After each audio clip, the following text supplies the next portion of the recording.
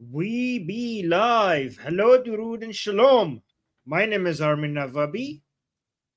And I'm Ali Samani, and welcome back to a special episode. First of all, as you may have heard in the news, another pause has occurred. Another chance for the Islamic Republic to make a deal has occurred. We'll actually give you the direct timeline of every single one so far. And this episode will be therapy for all of you guys who may be upset and wondering what is going on. Why are we doing this again and again and again? So, Armin, what was your reaction last night when you heard that Donald Trump said, "We are locked and loaded with the most amount of firepower since World War II. However, because the Islamic Republic came forward and is trying to negotiate seriously and at the request of other Middle Eastern countries, which would be Saudi Arabia in this case, we have chosen to give negotiations another chance." My reaction was that Trump probably didn't want to attack to begin with. He made it seem like he was going to attack to bring the Islamic Republic to the negotiating table. And he did a very good job in making it seem like he was about to attack.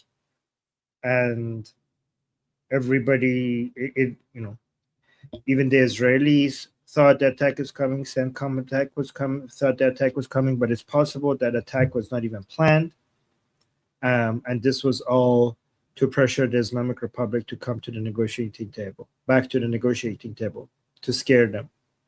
And they did. Correct. They came back to the negotiating table. The problem is that whatever they offered at the negotiating table, they're gonna violate it. Correct. And so we have our first piece of therapy for you guys, which is that in Iran, the Islamic Republic state media, a lot of them are reporting that they have already fired a anti-ship cruise missile towards a ship over the past hour in the Strait of Hormuz. So we're waiting on verification from that to see if that's true. That would be ridiculous. I mean, even yesterday when the quote unquote peace talks happened again, they hit 2 ships. So for them to hit another one today screams internal discord. It looks like what may have happened here is not as easy as it may seem to us. So for us, we're well versed in Iran. We know that there's different factions. Someone can come out and say, "Hey, America, yes, we'll give you whatever you want." That doesn't necessarily mean they actually have the power to do that. Someone else will stop them internally. And we'll talk about that in just a second here. So here's what alarmed me. So according to the Wall Street Journal, part of this so-called deal is actually lifting oil sanctions. Armin, didn't we see them lift oil sanctions the last time? They lifted oil sanctions first. The Islamic Republic sold $9 billion worth of oil, which, to be fair, is controlled by the U.S. But they got the carrot first and no stick to push them along. And I would not want to see that happen again this time. What do you think about that? Well, I think the Americans are not stupid. They know that the Islamic Republic is going to violate this deal. I just think that the calculation is that there's too much oil infrastructure that is too vulnerable sitting there without a defense system being able to protect it. And the if they want to go all out with the infrastructure of the Islamic Republic will be able to do the same thing, especially in Saudi Arabia. Hence why, which is the reason why Saudi Arabia is very sensitive about this. We don't have enough defense for being able to protect all the oil infrastructure and many other infrastructure there if we want to do such an attack. So the optimistic take is that given that the Americans know that this is the case, they're planning for. So here's the pessimistic take and the optimistic take. Let's go with the optimistic first. The optimistic take is that because there's not enough defense for all the infrastructure around the Persian Gulf, you have to plan for something a lot faster and bigger. And that takes time. And the United States is just dragging this on to be able to prepare for that big, fast attack. The negotiations, the ceasefire is an excuse to prepare for something so fast and so big that the Islamic Republic wouldn't even have the opportunity to, rain down missiles upon the oil infrastructure around the region. That's the optimistic take. The pessimistic take is that, no, it's the Islamic Republic that is dragging this and making it longer just to get to the midterms. And there is no major plan for a big operation. And the Islamic Republic thinks that as long as they could drag this on to the midterms, after the midterms, the Democrats are going to win, and President Trump will not be able to do as much as he wants to because Congress has the power of the purse. We're going to cover everything you just said. And everything you just said is a very good bunch of points here. Before we get into that, Nabavian came out and said something about this. So a member of parliament of the Islamic Republic made a statement. And what he said was this: following the heavy blows from the warriors of the resistance front, he means the terrorists, the rise in energy prices, the depletion of strategic reserves, and domestic political pressure in America, following all of this, okay? Unfortunately, after all this, some individuals in Iran who are motivated by various factors, including the desire to rescue the enemy, have once again begun thinking about negotiations. This group should know that such negotiations will not be acceptable to the loyal and resilient Iranian nations. This is Nabavian, a member of the Paidari camp of the Islamic Republic. The people who listen to this guy are the extreme Durkas, the ones that you will never be able to change their mind, the ones who the Islamic Republic, the 2, 5, 10% of the population the Islamic Republic needs under their control to stay in power. They listen to this guy. This guy just came out and said, we got some traitors here in the Islamic Republic who want to negotiate. Traitors. America is on the back foot. They ran out of oil. There's political pressure. Gas prices are high. And now we're trying to deal with the Americans? Is Ghalibaf in his right mind? Is Araghchi in his right mind? Why would we negotiate with the enemy? This is a pattern we've seen 8 times. Actually, 8 times. So already people in the Islamic Republic and these analysts are coming out and saying stuff like that. They're saying stuff like that. They're saying stuff like this. They're saying control the Strait of Hormuz means that we control both routes. We'll never let the US just take one of the routes for itself and carry on willy-nilly. And more and more. There's no final deal made. Trump's going to retreat from his threats. We got to stay strong. All these people saying this kind of makes me think that, hey, maybe the Islamic Republic is not really that unified when they tell you they're going to make a deal. So here's the thing. Here's something that's gonna make you guys feel better. So before you say that, Ali, first of all, you're right. Like, it's very unlikely that they will make a deal. But even if they do make a deal, they will violate the deal. Completely correct. Completely correct. And, that's exactly something that we have to talk about in just a second. The Mujtaba factor in this, the different factions, there is no way that they can make a deal. But I want to make sure you guys feel better for a second here. This is a pause. And a pause buys the Islamic Republic time. It doesn't give them relief. They still have crippling economic pressures, internal division. At some point, there's going to be some sort of a bloody coup within. They're not going to peacefully come to terms with each other in the Islamic Republic. And most of the country is under the poverty line. The people want to rise up and take back their country as soon as possible. And actually, Prince Reza Pahlavi's team released something for us regarding the people. We'll take a look at that. Iranians in Iran know what the true economic situation is in the country. They also know they deserve better. But over the decades that the Islamic Republic has clobbered them on the head, repeatedly saying, you guys are infidels, you don't follow Islam, you're not that great, restricting them, hijab rules, all of this and that. The Iranian people, in my opinion, have forgotten who they truly are. They deserve much better than this. They're close to America. What other countries in the Middle East do you see that they try to learn English on their own, try to become closer to American culture, they try to learn and innovate in their scientific. Iran produces the highest amount of PhDs in Asia after China. Its population does, a lot of them, especially the younger generation, speaks English. These people deserve so much better than this. So let's go back to the government. The government, with this pause, evades external accountability. The countries around it are buying time for it. Saudi Arabia and Pakistan are doing their best to keep the Islamic Republic alive. And on that front, right now, it seems the Islamic Republic is doing good, except for the fact that the entire American military at this point is right on their doorstep. And every week they're getting threatened from a massive strike. What does this do? The fact that they're forced to go back to peace and a deal forces them to deal with their problems internally, which are immense.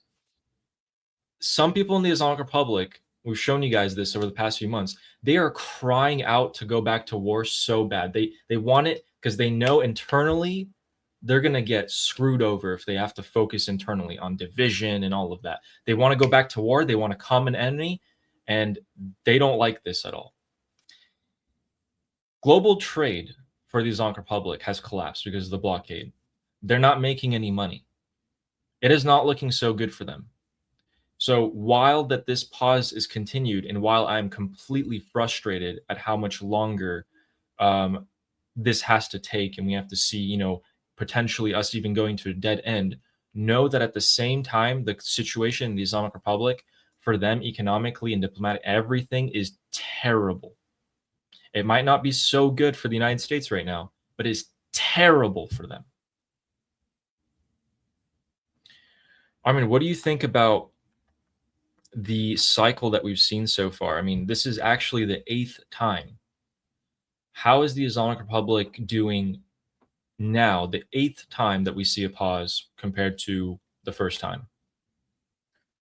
So the Islamic Republic is now very emboldened. Their understanding is that the United States is the reason why they're canceling their attacks is because they can't attack. They think they must have the upper hand. They think that they are winning this, and the Americans are backing out every time because they can't actually deliver on the threats. So they think that why should we even agree to a deal, given that the Americans have proven that they cannot follow through with their threats? That means that we need to escalate. That means that we need to keep, expanding. We shouldn't accept the deal. Their understanding is that President Trump walked into a war that he thought it would be easy, that the Israelis convinced him that this would be easy. He walked into it, and now he's stuck in it, and now he wants to leave it. So, but they're not going to let him leave. They say, like, we got you right where we want, and you keep threatening us, and then every time it gets to the deadline, you don't follow with the threat. So, but you want to leave, but you can't leave with the Strait of Hormuz being taken over by us. So you're basically threatening us to get rid of the Strait of Hormuz, but we're going to keep the Strait of Hormuz so that you're stuck here, and we could keep hitting you with our missiles. And even though you have a really good air defense, you're losing a lot of money, and we're basically exhausting all of your missile defense, and we're going to keep throwing missiles at your air bases in the region until it gets shrunk to dangerously low levels for you. And not only that, we haven't even done the most we could do, which is basically attack the oil infrastructure in the region. Yeah, I mean, you're right. the missile interceptors, if they're such a big deal, why would the U.S. military, in a military plan, wait for their own stocks of interceptors to keep on getting depleted by Islamic Republic ballistic missiles? Why not go on the offense? Take out the missile city entrances, take out the launchers, put some surveillance up in the air. The best defense is a good offense. We've been saying that for quite a while now on that front, and that's actually what Brad Cooper, the commander of CENTCOM, is advocating for. Now, his superior, Dan Kane, is hesitant because he sees things on a broader picture. What if there's a war with China? What if something escalates to be bigger? We need those interceptors for that. But, Armin, here's the thing. The United States is bringing in more and more equipment from around the world this time. They are bringing in, through Globemasters, these are heavy airlifters from South Korea. So they're bringing them in from South Korea all the way to the United States, then from the United States across the pond to Europe and the Middle East. I took a look at these planes and what those bases have. Those bases have Patriot missiles.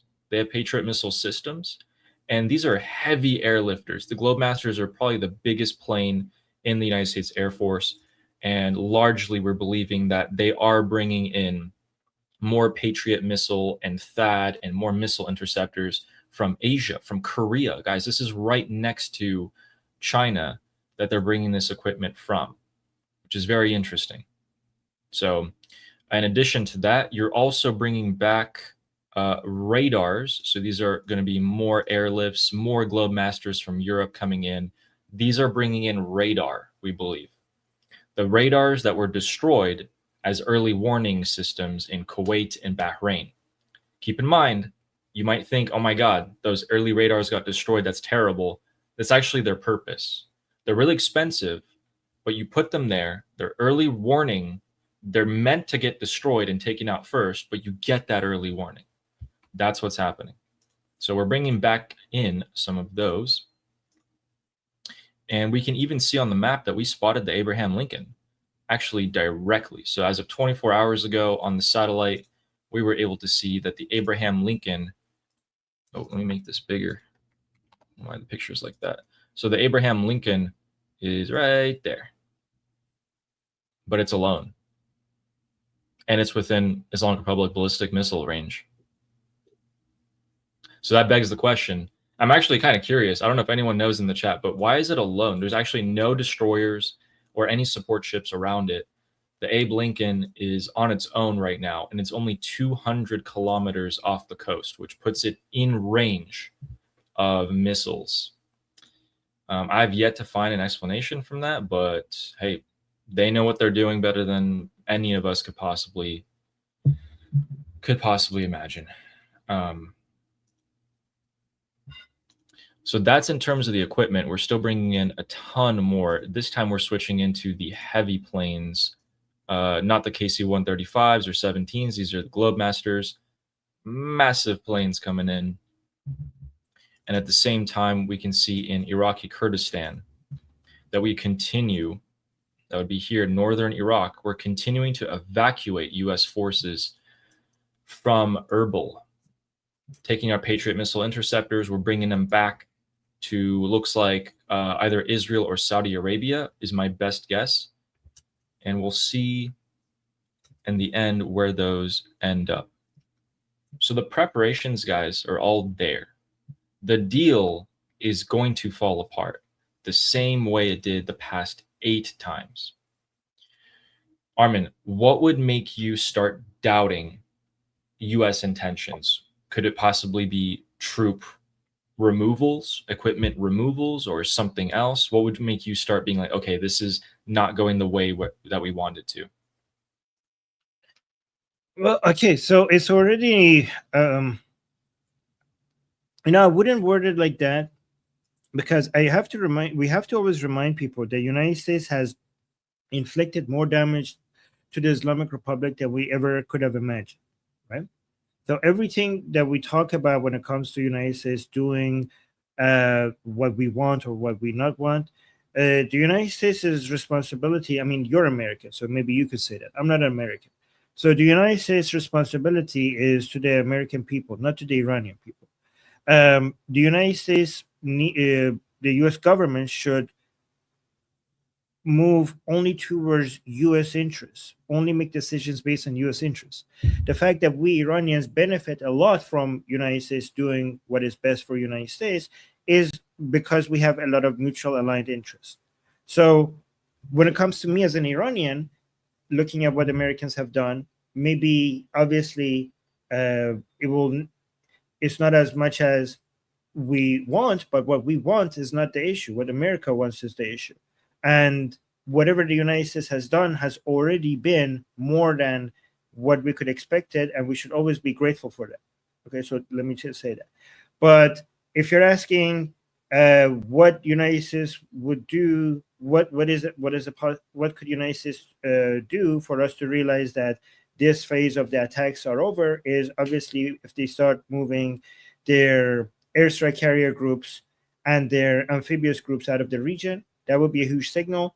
If the Islamic Republic is not toppled and they move things out of the region, they will eventually be back anyways. Because one way or another, the Islamic Republic and United States are at odds with each other. And for as long as the Islamic Republic survives, the United States will eventually come back to have to help finish the job. The job will be finished by the Iranian people, but as long as the Islamic Republic exists, it will eventually lead to a major conflict between the Islamic Republic and the United States at some point. It could be earlier, it could be later, but for as long as the Islamic Republic is there. Here's the thing: the United States cannot afford to allow. The United States is not going to allow the Islamic Republic just take over the Strait of Hormuz and have enriched uranium. And also continue to support its proxies all over the region. It's just not going to do that. Even if you pause, it will come back to it.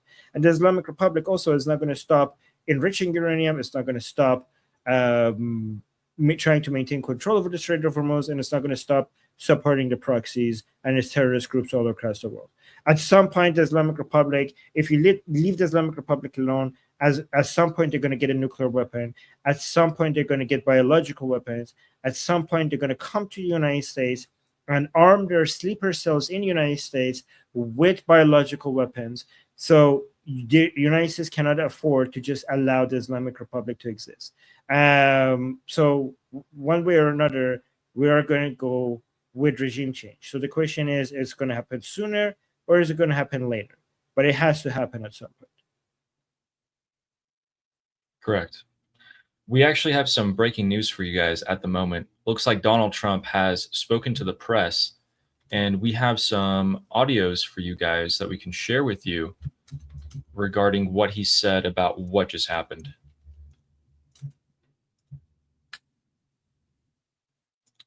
All right, Donald Trump, Mr. President, let's see what you have to say. What prompted you to call off the strikes last night? Oh no, it's the low audio. UAE, and by Qatar, and by Iran. We were all set to go just about at this time right now. Okay, so he said Saudi, Qatar, UAE, and Iran asked him to stop. And he said, we'll see. Since you guys want to talk and stop us, we'll see. Asked to call it off, you got to sort of say, well, let's see. And the reason they asked is they think there's a deal.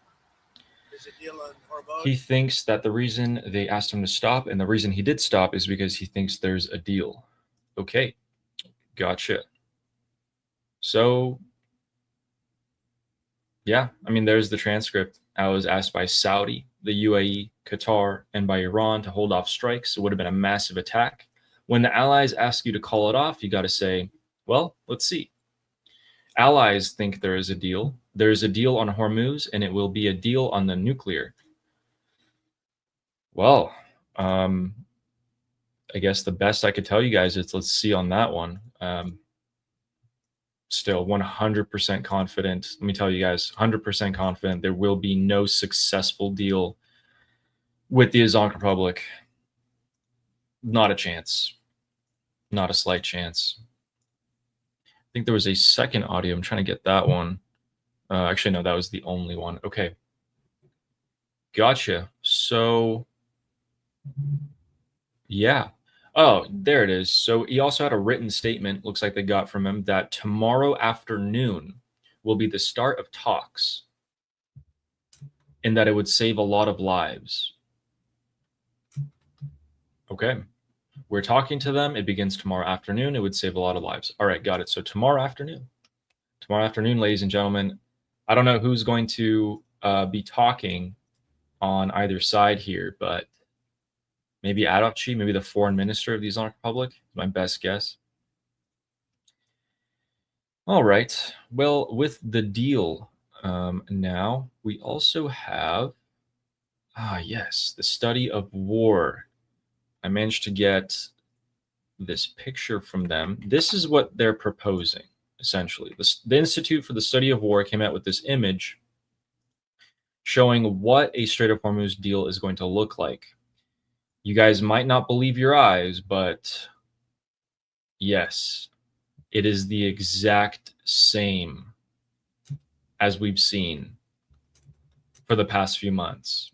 The same proposal. Believe it or not, Armin, can you believe this? We're going to achieve a major breakthrough, Armin. Promise. It's going to be a major breakthrough with the same proposal.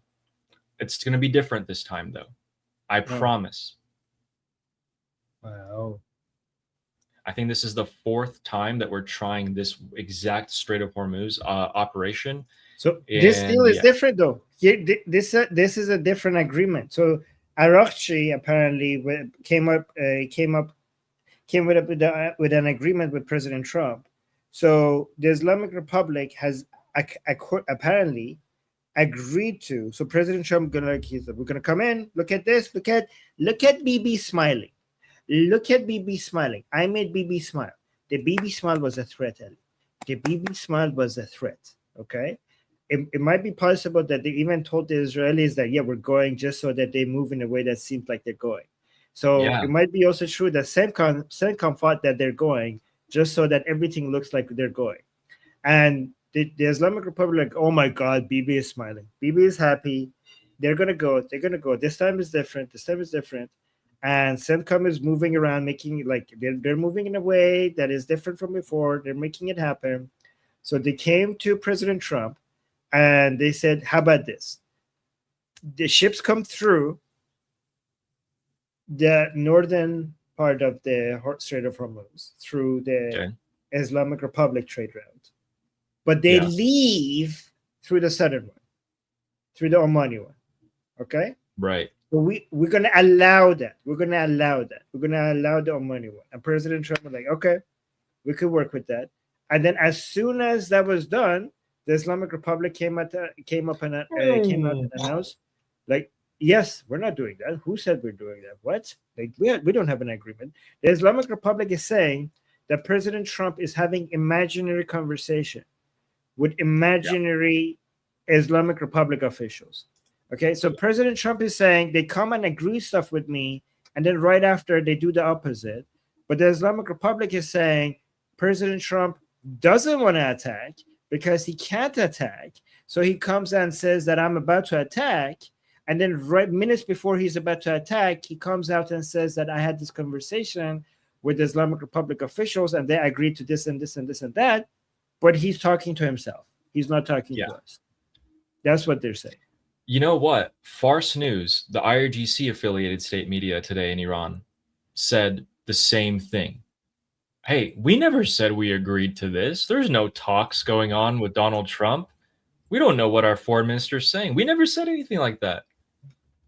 Oh, like one of the biggest news. Okay. Gotcha.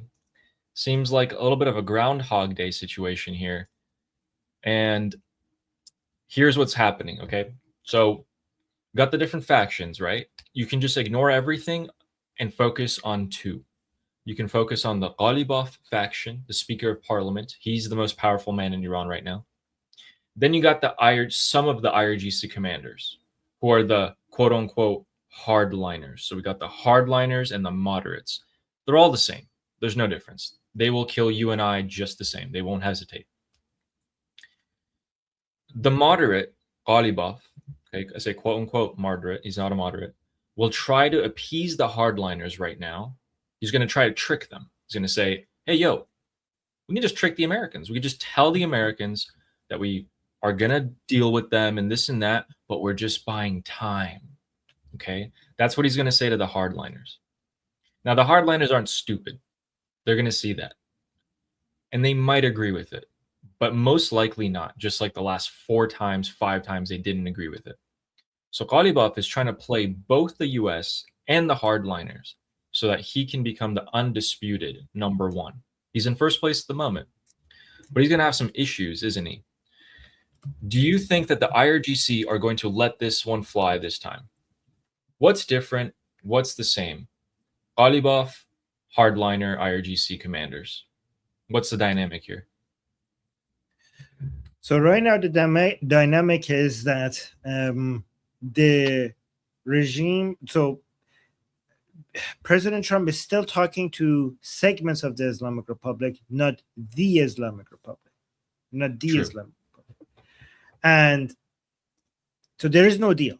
There is not even an agreement. You have an agreement with segments of the Islamic Republic. The other parts are not going to agree to it. Not only that, the segment of the Islamic Republic that is against negotiating with the American is going to go aggressively against the people who are for negotiating with the Americans, because they're like, what other evidence do you need to see that we're winning this? Like, you must be American, Arakshi. You must be a Zionist. You must be a Zionist, because President Trump is coming out saying that he's going to do a major attack, then not attacking, showing to us that we're winning this, that he can't do anything, and then that they're desperate, that they're so low on missile interceptors, that we're so successfully expanding this war to more regions. We're going all the way to Egypt and the Suez Canal now, and nobody can do anything against us. And then you come and offer them a way out with a deal. So you must be an agent of the Americans to be helping the Americans get out of this trap that we have got them into. You must be an agent of them. So that's going to be their narrative. That's exactly what Nabavian said. Oh, see, I didn't even read that. He copies me. He comes and watches my show on the Persian channel, and then he basically takes notes and then goes and turns that into statements. Yeah, look, he said we, the terrorists, dealt America a heavy blow. We made energy prices high. We even depleted the strategic oil reserves of America, and we put domestic pressure. Why are we making a deal? Some individuals. I didn't even read that. Ali, I didn't even read that. I showed this 20 minutes ago. I know, but I was paying attention to the chat because I was winning the super chat race against you. So, and I won, by the way. Win. Yeah, I think. Yes, we were 9-9. We were 9-9. We were 9-9, and then I won, and then so that's I was focused on that. So I didn't see that, but this is exactly. I mean, okay. To be fair, I said they're gonna say this today on my Persian show, so and I didn't had that over there. So that's what the hardliners think. Steven's saying, bro, pay attention to the important things. I am. The super chat race is important.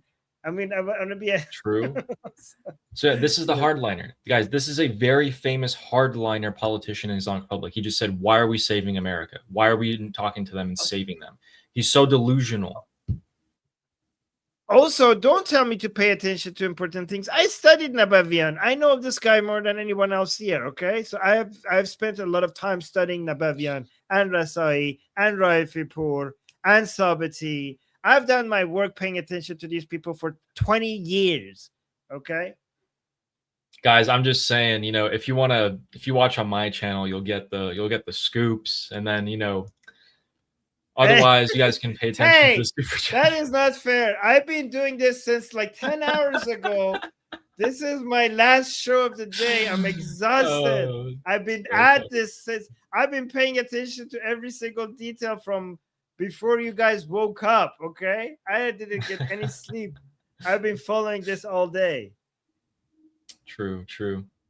No, I'm just messing with you. You guys, You guys know about these things because I told you about it. Pay attention. You guys know about this stuff because I paid attention to this stuff. Let's take a look at how the Israelis felt last night.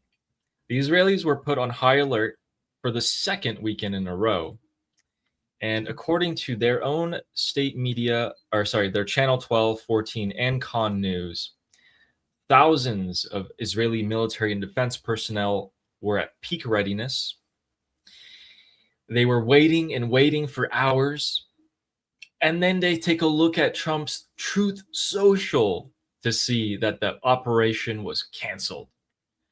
And a lot of their state media and a lot of Israelis are really angry because, well, what the heck?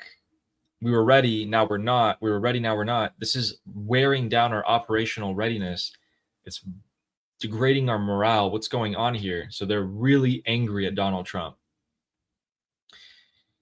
Going back to the point what you said, Bibi came to the White House and he left with a smile. He came in anxious, he left with a smile, and then this happened.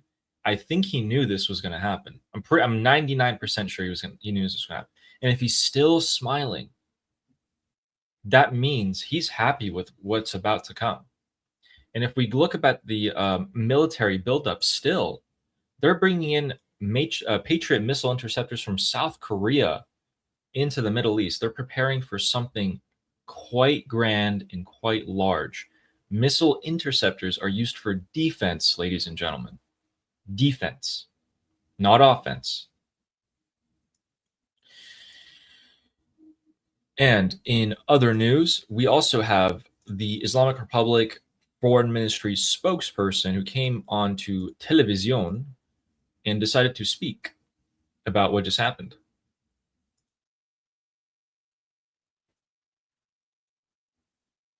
You want to share it? Oh, am I not sharing it? Oh, what the heck? See, guys, somebody's not paying attention. Oh, see. Oh, there we go. So he's going to talk about how Trump backed out. He's going to say, with the help of foreign countries, this and that. متاسفانه با همدستی برخی از کشورهای منطقه. خب اون مسیر هم ناامن بود و هم مخل امنیت و منافع ملی ایران بود و ما به هیچ عنوان نمیپذیرفتیم. الان قرار هست. So the Strait of Hormuz is just really unsafe, and we told them that route they're taking is unsafe. We kind of just had to hit the ships. We had to blow them up. These are oil tankers, and if they happen to catch on fire in the wrong place, you'll have a humanitarian disaster. By ignoring that, they were unsafe, even though we created the unsafetyness, the danger. And so ما در مورد یک مسیری که هر دو طرف تفاهم بکنن، نه مسیر شمالی نه مسیر جنوبی، مسیری که تأمین کننده حقوق و حاکمیت هر دو طرف باشه، منافع و امنیت ملی ما رو تأمین بکنه. How is that possible? What is he saying? Does he even realize what he's saying? We're not going to have a northern and southern route. We're going to have a route that the United States and Iran can agree to, plus this one route completely benefits the national security of the Islamic Republic. What are you talking about, brother? In what universe is that ever going to happen? I mean, this guy's coming on TV, and these guys are sitting there being like, what is he saying? Armin, did you hear this part? Let me just play this again for you. Listen to what he... It's insane. I mean, in what universe? There's going to be a route which the US and Iran agree to, which is going to be completely in the benefit of Iran's national security. Huh? How's that possible? Is there something I missed here? Is he saying that they're going to have one route that they agree on with the Americans? That's the deal? Yes. That's the deal. Not going to be that's not going to go anywhere. Like, that's not even going to go anywhere within the Islamic Republic. Yeah.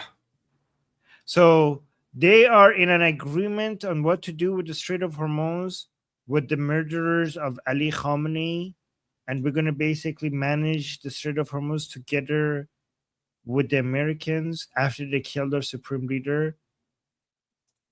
Is there any pushback Yeah. against him on this show?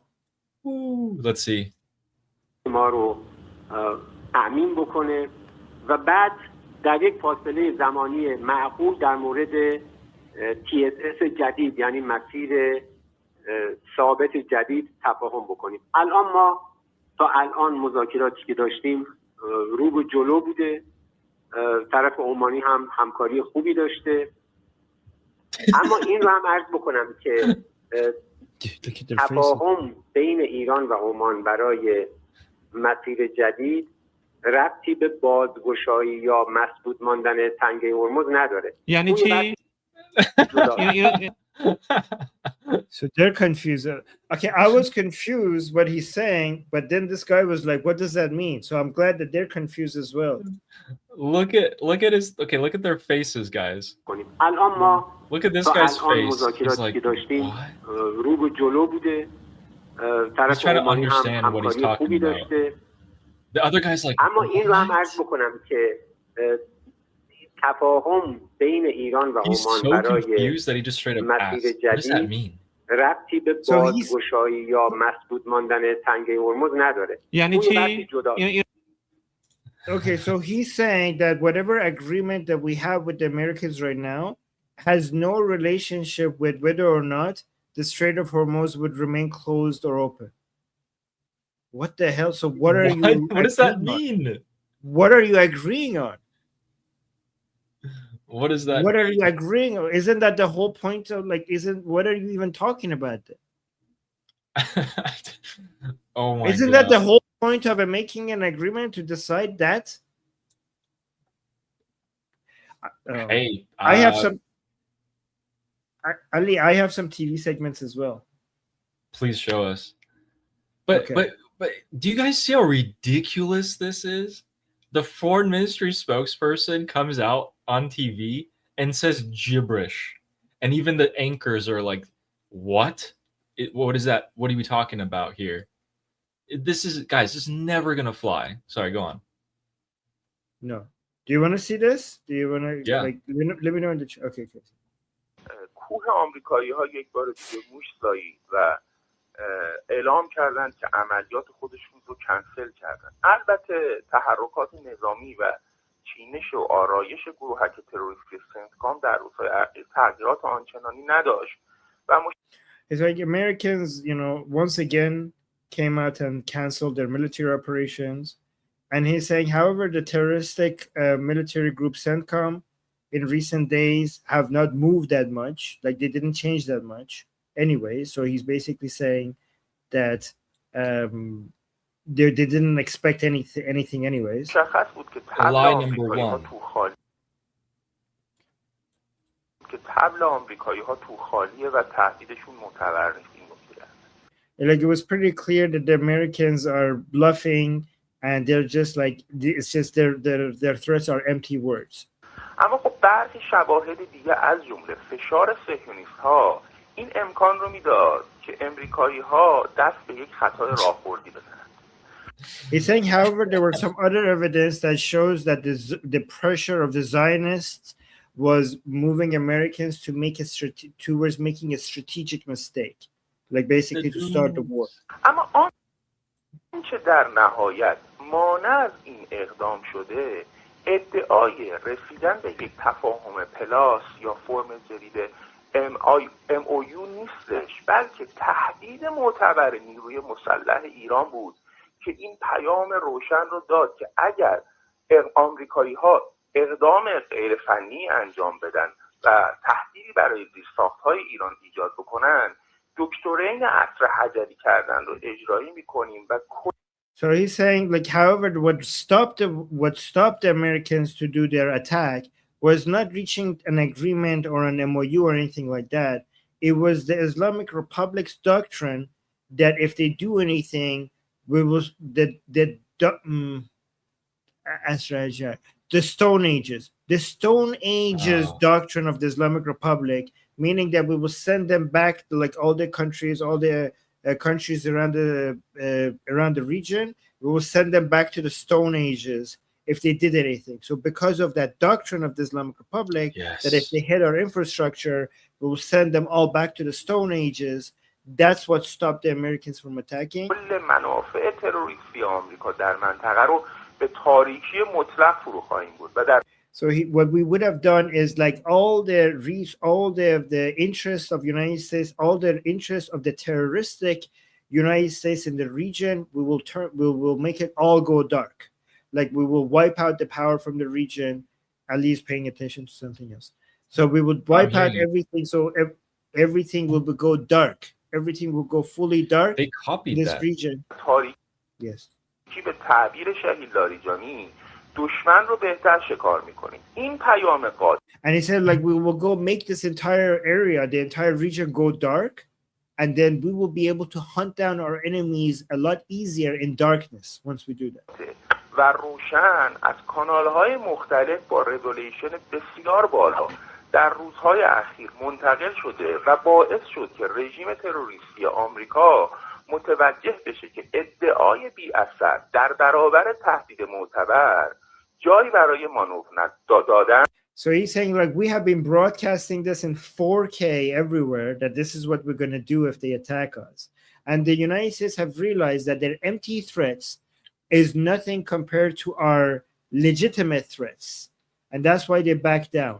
نداره. نکته بعدی هم که میخوام خدمت شما اعلام بکنم که این رئیس جمهور تروریست آمریکا در همین ساعات اخیر ادعایی رو در مورد بازگشایی تنگه هرمز کرده که این Like another point that I wanted to say is that the terrorist president of the United States just came out and made a claim about opening the Strait of Hormuz. این هم یک پاسخ بسیار روشن داره. And this has we have a very clear answer to what President Trump said. تا اگر 1000 بار به نقطه صفر برسیم قطعاً مردم از ایران باید در جریان باشن که تنگه بدون رعایت ترتیبات ایرانی باز نخواهد شد. So even if they bring us down to 0 1,000 times, they must know, the Iranian people must know, that the Strait of Hormuz will not be open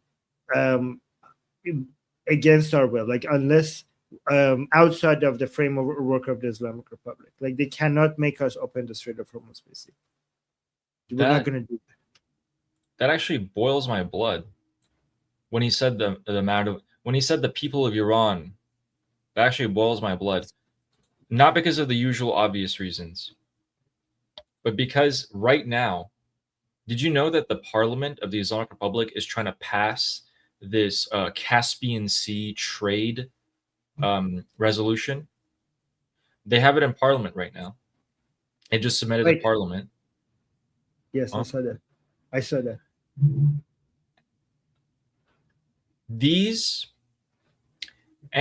These people, these garbage people, okay, in the Islamic Republic, we used to have almost 50% trade control of the Caspian Sea. Take a guess at what it's about to be right now if they pass this resolution in the parliament of the Islamic Republic. In the chat, just throw out some numbers. We used to have 50%, okay? Also, check out Iran's, let me show you Iran's coastline on the Caspian Sea real quick before you guys make your guess. This is Iran. This is the Caspian Sea, okay? We have all of this coastline. Keep in mind, a lot of it's not really usable, okay? What percentage do you think the Islamic Republic is about to settle for? Someone's saying 20%, 100%. Someone has the right answer. Okay, it's lower than 20%. It is even lower than 13%. It's going to be between 11 to 13%. 11 to 13%. You know why? Tell us. They're selling out to Russia for support. They don't have money to pay to Russia. They're going to give them land and rights. This is the Islamic Republic selling out Iran's resources to Putin in exchange for Putin defending the Islamic Republic. You don't own the land. The land is the people. It's the nation. The government doesn't own it. It's not yours to give. So infuriating.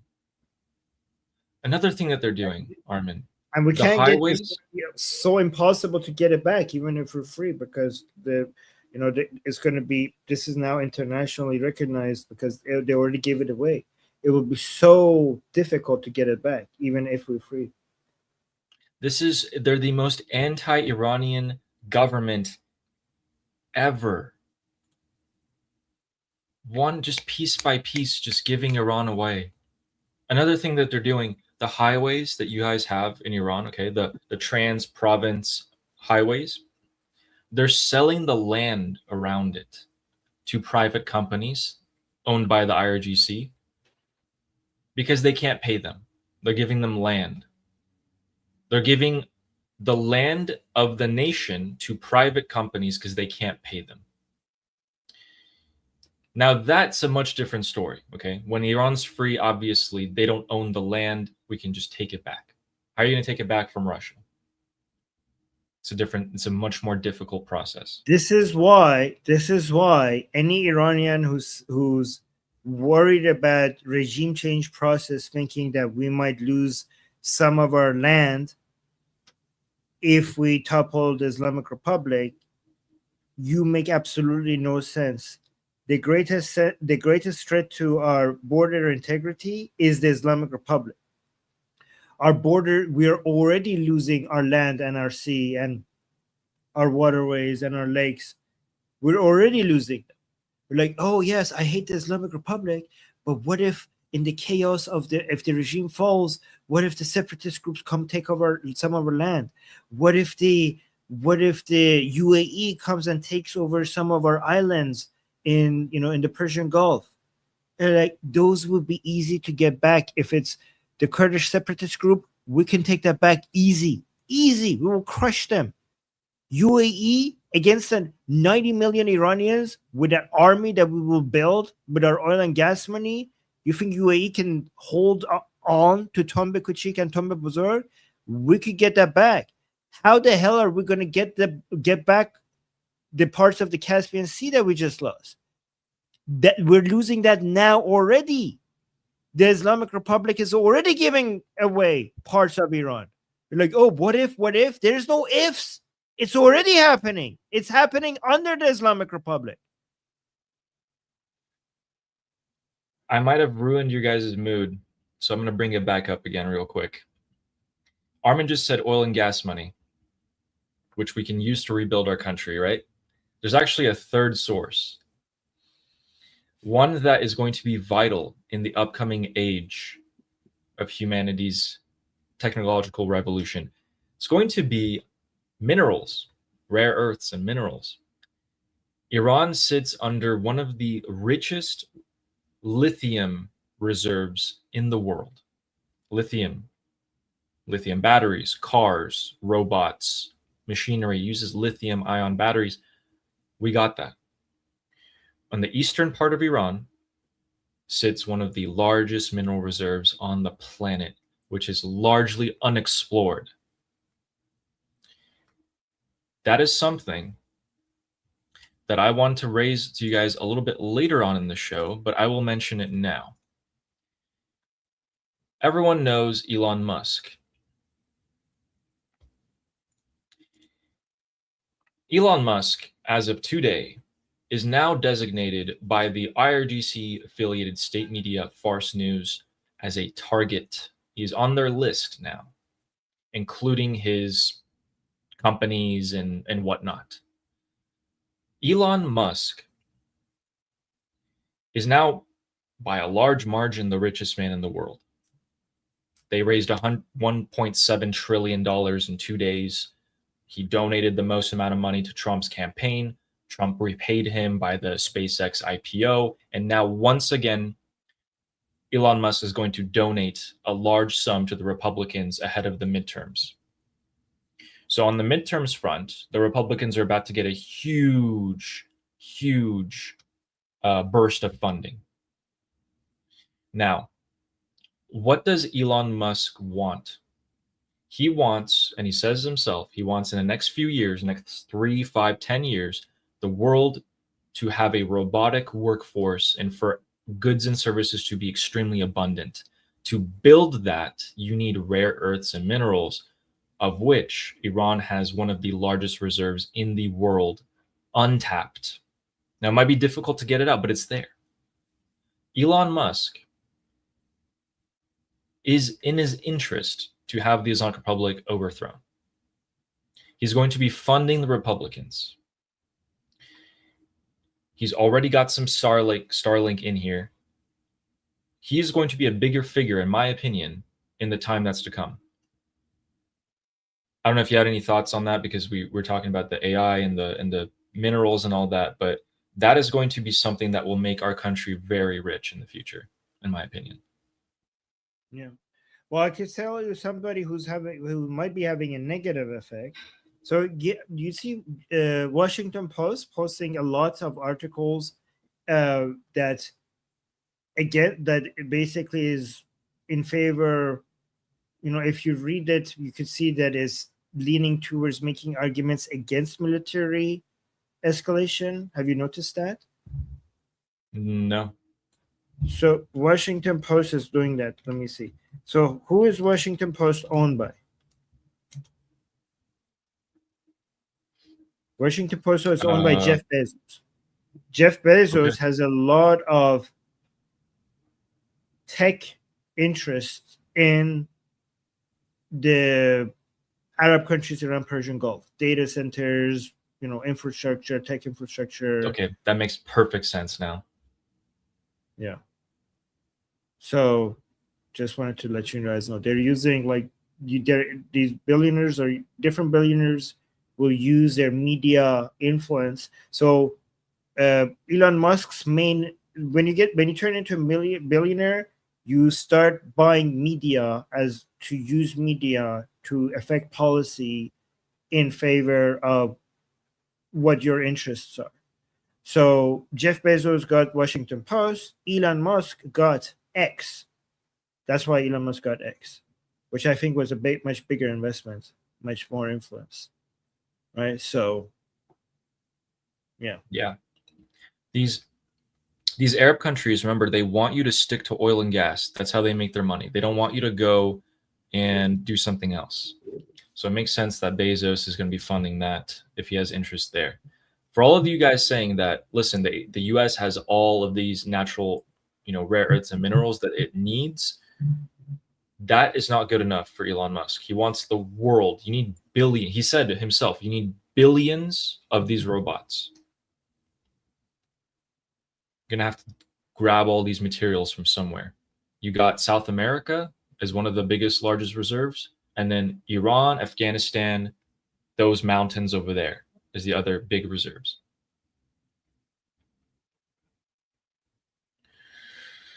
So I think you also want to show us something about more confusion on Islamic Republic state media before we get into alligrams. Okay, I just have 2 videos. Okay, bear with me. So this was on Islamic Republic State TV, this Mullah. So let me translate for you guys. رئیس جمهور آمریکا اومده گفتن اینجا هی تکرار میکنه ما نمیتونیم عوارض بگیریم.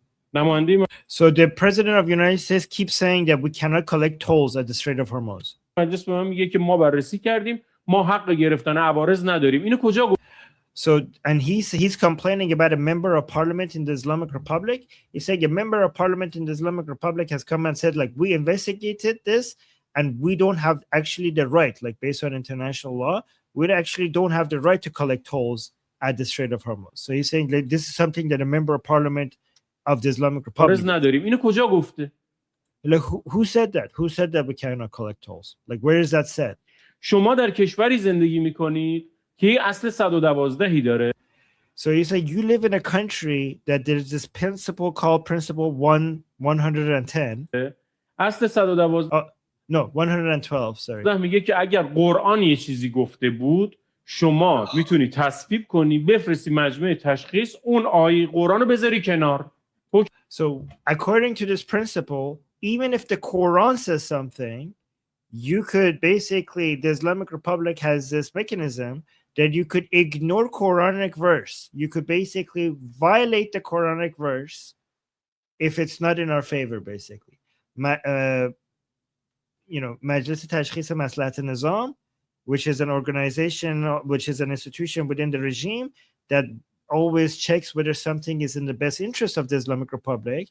If something is in the Quran that you're supposed to be doing, that institution, if it recognizes that it goes against the interest of the Islamic Republic, you could put aside that Quranic verse. You could violate a Quranic verse if it's not in the interest of the Islamic Republic, according to that principle, right? So let's continue.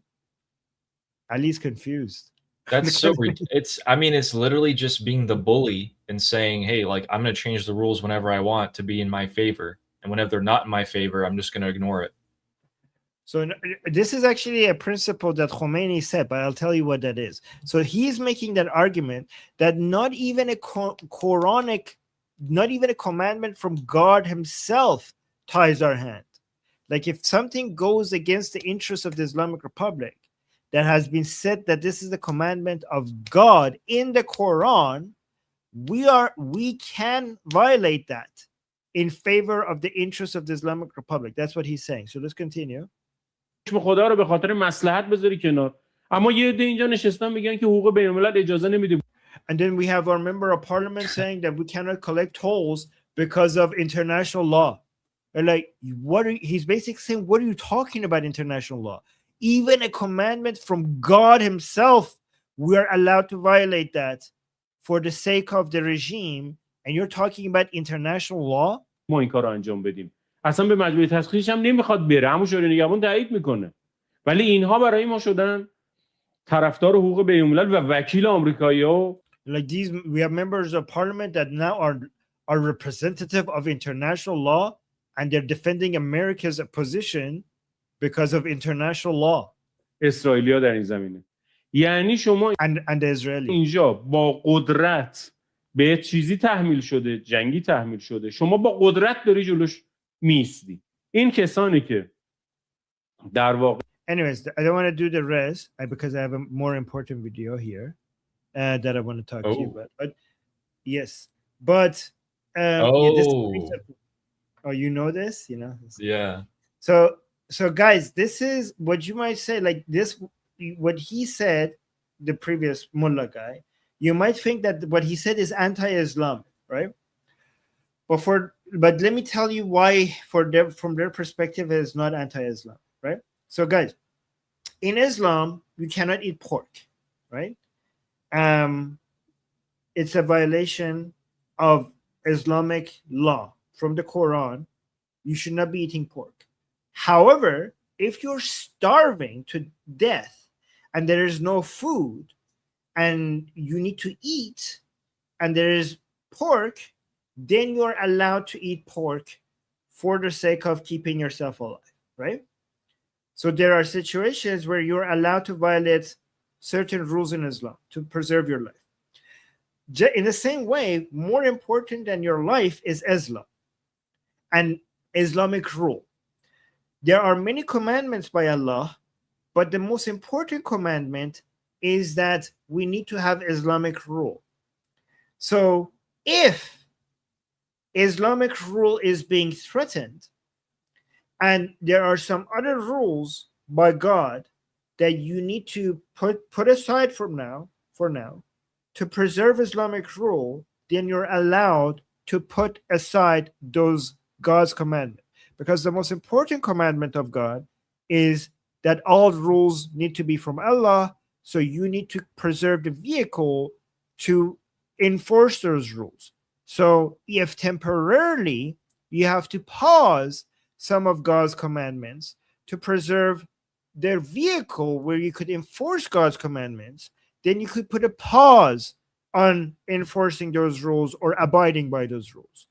In the same way that for preserving your own life, you're allowed to eat pork when you're starving to death and there's nothing else, you're also, for the sake of preserving Islamic rule, you're allowed to put aside following Islamic rules or even enforcing Islamic rules to maintain the structure, the governance of Islam, to later be able to enforce Islamic rules, right? Because if you lose the entire structure, right now you're just violating some of them, but if you lose the Islamic governance, then you will lose all of them. So you need to keep the house first before prioritizing keeping the things in the house.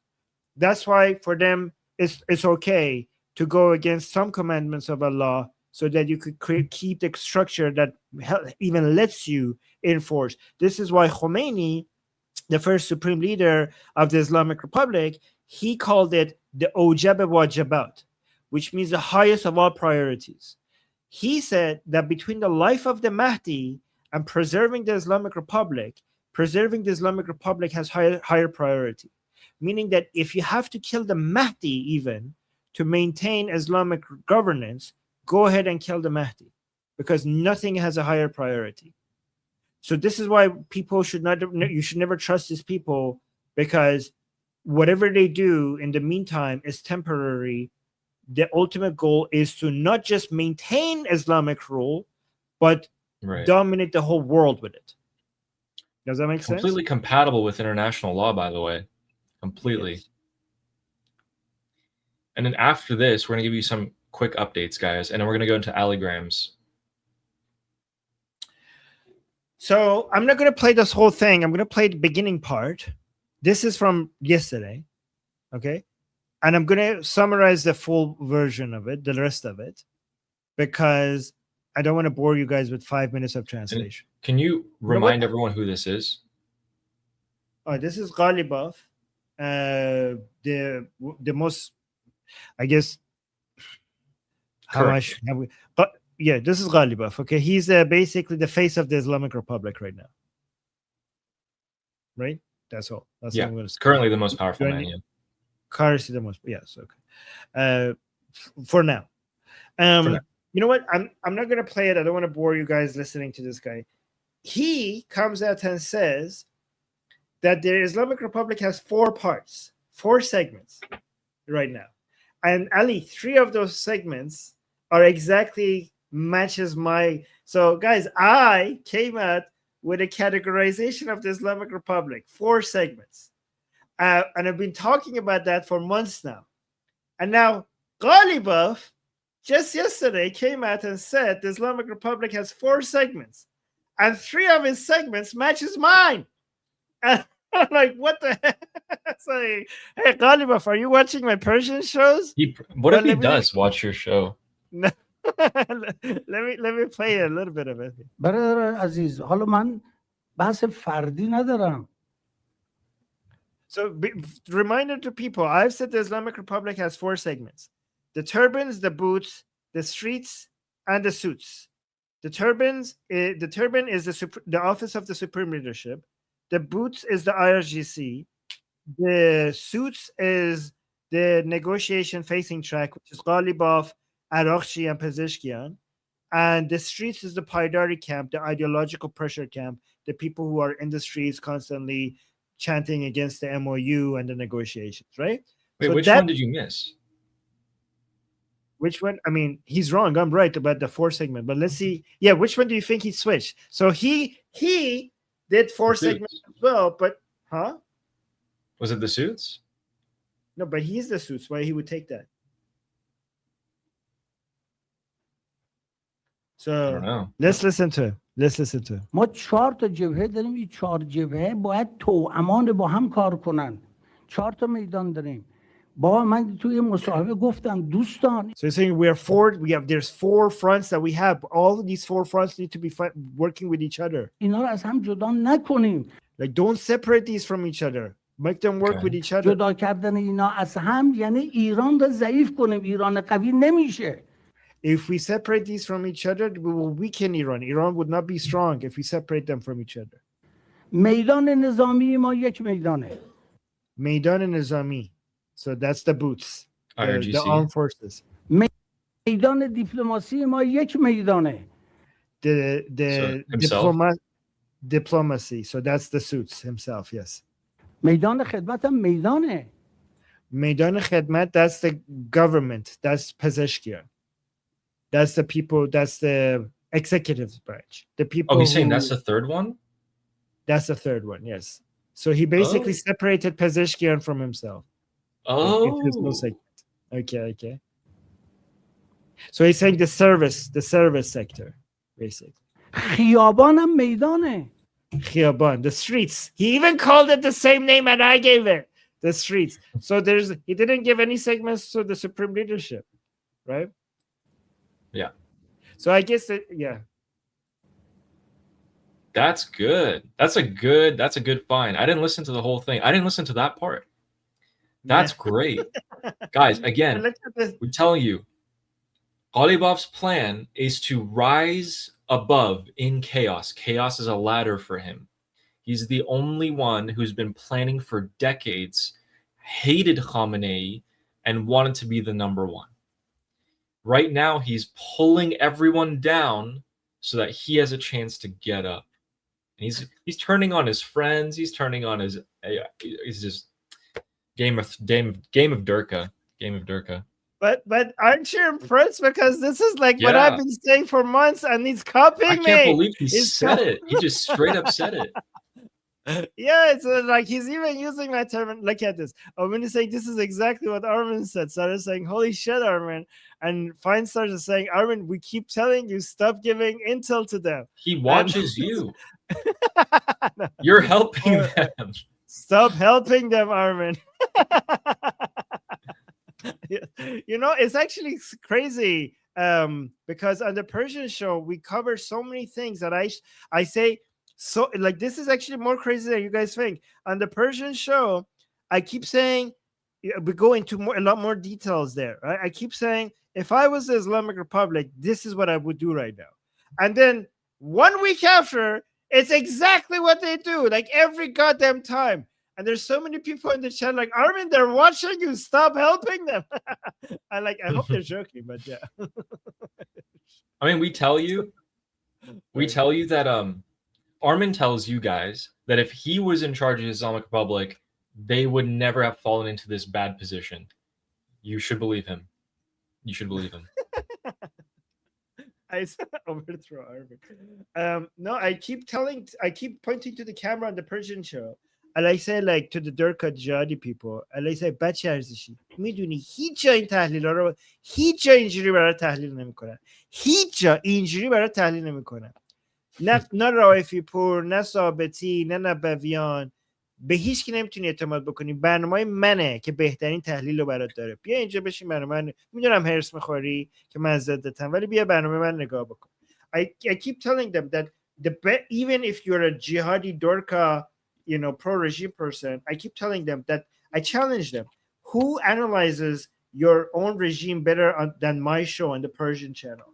Like, you know, I know you hate me, but if you want to learn anything about your regime, your own government, you have to come and listen to my show. Nobody else on your side will tell you this.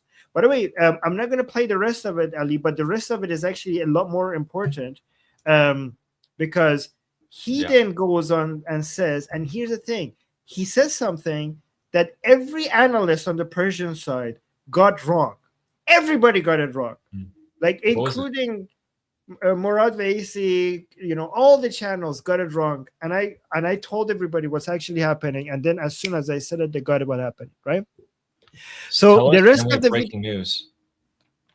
Okay, let's go breaking news. I'll talk about No, you should tell us first. You should tell us first. So he goes on and tells everybody that when Khamenei was killed, they had a plan to come out and give the news. I'll summarize it. Right. That Khamenei is dead. Yeah, but that's not the important. So and then the foreign media already announced it, so they were forced to come announce it in a way that they didn't want to. And then he said, because of that, we had to plan how to respond to what could happen after. And he says that he found a way to get people into the streets to come and occupy the streets to basically push back about what could have happened, right? And he said he did that, right? And what people thought was happening was that he was basically trying to show how he managed to win in a very difficult situation, how he managed to overcome a very difficult situation to brag about how effective he is. And many Iranian people, anti-regime Iranians, were making fun of him of how chaotic everything was. You're like, oh, you came out and bragged about how you managed to do things in that chaotic situation, but the details that he provided regarding what was happening showed that everything is all over the place, and the Islamic Republic is not coordinated, everything is so unorganized, and they were making fun of Ghalibaf for actually being weak and exposing how unorganized the Islamic Republic is. That was the analysis. But I think people misunderstood what Ghalibaf was trying to do, and I explained it. And as soon as I said it, everybody was like, in the chat was like, "Oh my God, you're so right, Armin. What do you think what he was trying to do?" Because people misread what Ghalibaf was trying to do. Do you know what he was trying to do? I have a guess, but tell us. He was trying to say, mother tuckers, I did the streets. I started the streets. So because the streets, people think that his audience are people like us, to basically him showing that, look at me, I could do this. But his audience was the Paidari camp, the people who are using the streets as leverage against the negotiation facing track. The ideological pressure camp has now turned the streets in Iran into a pressure point against the negotiation facing track. It's basically the streets against the suits. So he's trying to claim credit for starting the streets. He's like, that was my thing. I did that. I saved Iran by coming up with this process of filling the streets to push back against the potential uprising right after Khamenei died. When Khamenei died, so many Iranian people thought that this is over, that they might have come into the streets and do an uprising against the regime, and I filled the streets. So you are using the streets against me to point, the Paidari camp is using that as leverage, but that was my idea to begin with.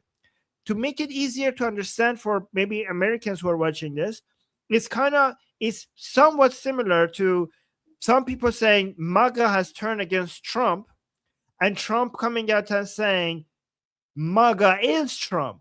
I did MAGA. MAGA can't be anti-Trump because I define what MAGA is. So it's similar to that. Ghalibaf is saying that I did the streets. The streets is my thing. How could the streets be against me? There would not be anybody in the streets if I didn't came up with that idea. That's what was happening.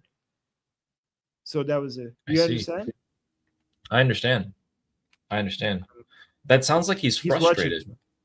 Look, he is watching us. So now that Ghalibaf, we didn't, anyway. Yes. Wait, so that sounds like to me like the most powerful man in the Islamic Republic is frustrated right now. It looks like there's a roadblock in his way, and he's saying that because he's frustrated. Yes, he's like, just because he has the upper hand doesn't mean he has complete control. He absolutely does not have complete control. He might have the upper hand temporarily, and he knows it's temporary. True. So, as you guys can see, the Islamic Republic is full of cracks. There is absolutely no way that they can give the United States a unified response. Armin, guess what just happened to prove my point? We got some breaking news for you, ladies and gentlemen. As of 30 minutes ago, another ship was struck.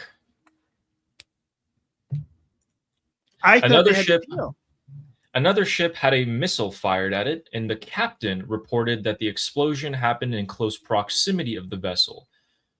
As of right now, it is unknown what is exactly happening, but it looks like that ship was using the southern route. So the American route looks like they might have just barely missed the ship, but they fired the missile with intent to hit the ship. Is Donald Trump going to do something about this? Was it leaving or was it entering? Let me see. Was it going west-east or east-west? It didn't say port side or not, so I can't tell. That's important because if it was leaving, then that should be in line with what IRGC agreed to with President Trump. So if they shot at a ship that was abiding by this new agreement that apparently IRGC and President Trump had, this means that there was no agreement. There was absolutely no agreement to begin with. Like the military operation should not have been canceled, because guys, I know it's southern, but was it going west-east or east-west? Because if it was leaving, then the Islamic Republic had no business hitting this ship.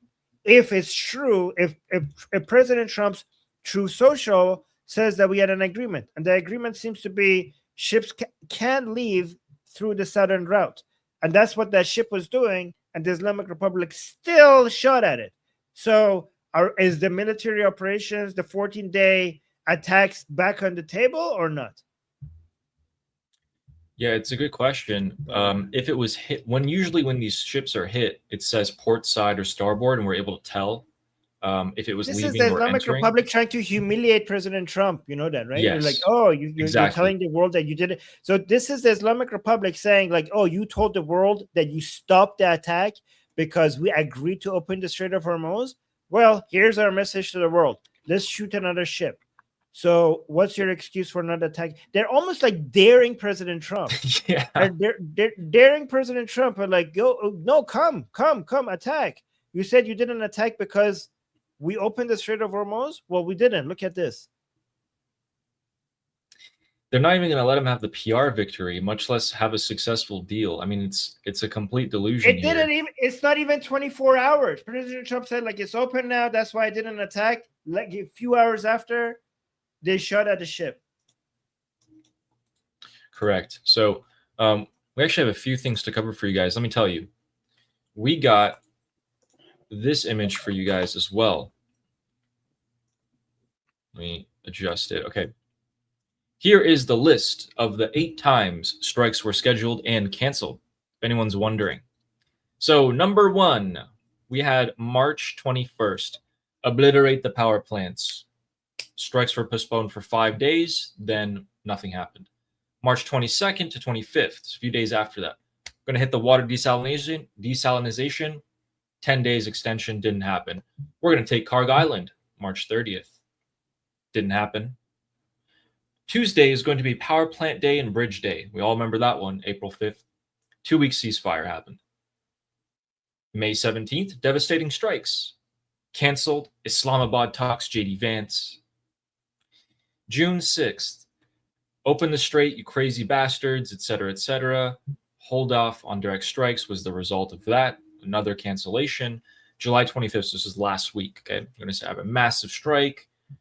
Diplomacy takes priority. Again, the Arab countries asked me this and that. August 1st, yesterday, we're locked and loaded with firepower never seen until World War II levels. Mohammed bin Salman called, guys, sorry, we're going to have to call that one off for now. So this is actually something that I told you guys was going to happen, whether they struck or not. I think we're going to go back to the negotiating table and to buy time. What reassures me is that we're still seeing elevated airlift coming in for equipment, etc. And we actually have another piece of breaking news coming out as well. So what we're seeing today, in addition, I've been checking the news and the different geo analysts, the open source intelligence, they're saying that a lot of troops are actually being moved out of Bahrain and Kuwait. And those U.S. troops and equipment from Bahrain and Kuwait are going to Jordan and Israel. So they're going further in. Why would you want your troops to be further away from the Islamic Republic army? Is this a sign that we are going to go back to strikes and you want to ensure the safety in case there's an intense operation going on? Honestly, we can't tell until it happens. Like, it could go either way. Like, are you willing to decide either way until we see it happening? Like this, like after all the ups and downs that we have gone through, don't you think, Ali, the only conclusion you could, guys, anybody predicting the future, you know, especially on a short-term basis, don't know what they're talking about. Like, especially if they talk with certainty and, you know, no skepticism. Everybody like, I know this is gonna happen. I know that's gonna happen. You know, even if they end up being right, that confidence shows that they don't know what they're talking about, right? Yeah. After all the up and That's down, true. and down that we have gone through, the only thing that you could, the safest thing you could do is like, I'll believe it when I see it, and I'm not gonna decide what's going to happen until it actually happens. Gotcha. And What do you Donald Trump think? has Do you come think out. that's fair? That is very fair. That is very fair. We have been thrown around a roundabout, it seems. I'm kind of dizzy at this point. You know, we just told you guys 8 times in a row. So, I do want to get into alligrams, but right before that, we have some update on the Iranian people. Tina Qazimorad, who is the head of communications for Prince Reza Pahlavi's team, has released a post today. And they told us that 2 Iranians from inside of Iran spoke with the New York Post, and this was facilitated through Prince Reza Pahlavi's team. Okay, so through a translator, on the phone, and using a VPN is all safe. So Prince Reza Pahlavi's team got 2 Iranians in Iran, and they had an interview with the New York Post. The quote was, "We're studying the protests from January. We're studying the protests from January. Determining what tactics worked and which didn't. We're analyzing maps to determine the safest and most dangerous areas to congregate," said one of the people in Iran who they were interviewing. That is very encouraging to me. Just this one sentence. So remember, this is facilitated by Prince Reza Pahlavi's team. They allowed the person in Iran to make this interview and say these things. Prince Reza Pahlavi definitely spoke to these people beforehand to see what they would say and wouldn't say. This is what we are allowed to see. We're studying the protests from January, see what worked, what didn't. We're going to have new tactics. We're also going to see in the areas that we come out, are we able to be safer in them, or is the Islamic Republic going to create kill boxes like last time? So that's a very good indicator. Of course, the New York Post sensationalized this. They are like, "Oh my God, the uprising is going to happen any second now." That's not the case. It's not any second now. But this is great that we were allowed to see this come out from Prince Reza Pahlavi's team indirectly. I think that's a great sign. Let's see if we can get to those more pieces. We might just have to tell you guys some of the stuff tomorrow, but alligrams time. So, for those of you who don't know, I like to go into the IRGC supporters group chats where they think they're all safe. I grab messages from them that indicate the political mood in the Islamic Republic among their own supporters, and I show you guys so we can see what they're thinking. And we are starting off today with a juicy one. We have something that the Islamic Republic supporters are saying about Ghalibaf. If you guys see that picture there, that's what Armin was showing us, that interview. That interview is pretty controversial among regime supporters. And let's take a look at what they have to say. This person says, "Mr. Ghalibaf, how long are you going to be a merchant of compromise and negotiation? How long are you going to give up the victory of the warriors of Islam for the benefit of negotiations? You're going to give up our advantages for negotiations? Why weren't you assassinated? Where are your sons, by the way? By the way, guys, his sons are all abroad and safe. Why aren't you assassinated?" That's a great question. I know this guy's asking a right question here. Then he even goes further to say the Turkish separatism hasn't been forgotten. So apparently Ghalibaf had a view on Turkey. And then they're saying now you're looking for American separatism. They're, basically accusing him of colluding with the Americans. The war is not over. Revenge has not been taken. We should have known you when you named your sons Ishak and Elias. They're calling him a Jew. We warn you. The Jews! Ghalibaf is the Zionist spy! They're asking him, why weren't you assassinated? How come the U.S. spared you? Why are you giving concessions to the U.S. every time we get victories? you're going back to the negotiating table, holding us back, us, Islamic Republic, from winning. You're holding us back. So you must be working with the Americans. And you probably also are a Jew. You probably also work with the Israelis because your sons' name are Ishak and Elias, which is true. Oof. Getting some heat on him right there. It's pretty good. Right after his famous or infamous interview that just came out as well. So that is our first one. Our second one is by someone in this group chat named Amir, no relation to Amir the Cricket, saying a lot of people are debating, hey, like, you know, so what if the US strikes our infrastructure? Like, we're the Islamists, we will win. But this guy's saying, shut up, everyone. They don't understand what it means to have no electricity. I have a shop that runs entirely on electricity. If I don't have electricity, I don't bring any income. My wife and children will go hungry. If that happens, if it's like this, I'm willing to kill my neighbor so that my wife and children can be fed. These jerks, most of whom earn their living under the table without working, are saying it doesn't matter. So a lot of people in the Islamic Republic, Armin, they don't really have to work, do they? They just kind of mooch off the government. This guy is one of the Islamic Republic supporters who does have to work for a living. And he's basically saying something quite insidious here, a suggestion. Yeah, it shows that the regime supporters also don't like the economic frustration. It's not just the anti-regime people. Yeah, absolutely. You know, when the time comes, I'm not sure if a lot of these regime supporters will be taking the side of the government when the people commit an uprising, perform an uprising next time. Our next one is going to be this, translated into English. Okay, that's a pretty bad translation. Armin, could you read this for us, please, while I pull up the next one? Harumia. I zoom out a little bit. I can't see what this is. Okay. حرومیا به قرآن که دیگه این سیستم صلاحیت موندن نداره. So guys, this is a regime supporter because he's saying دیگه means like it used to.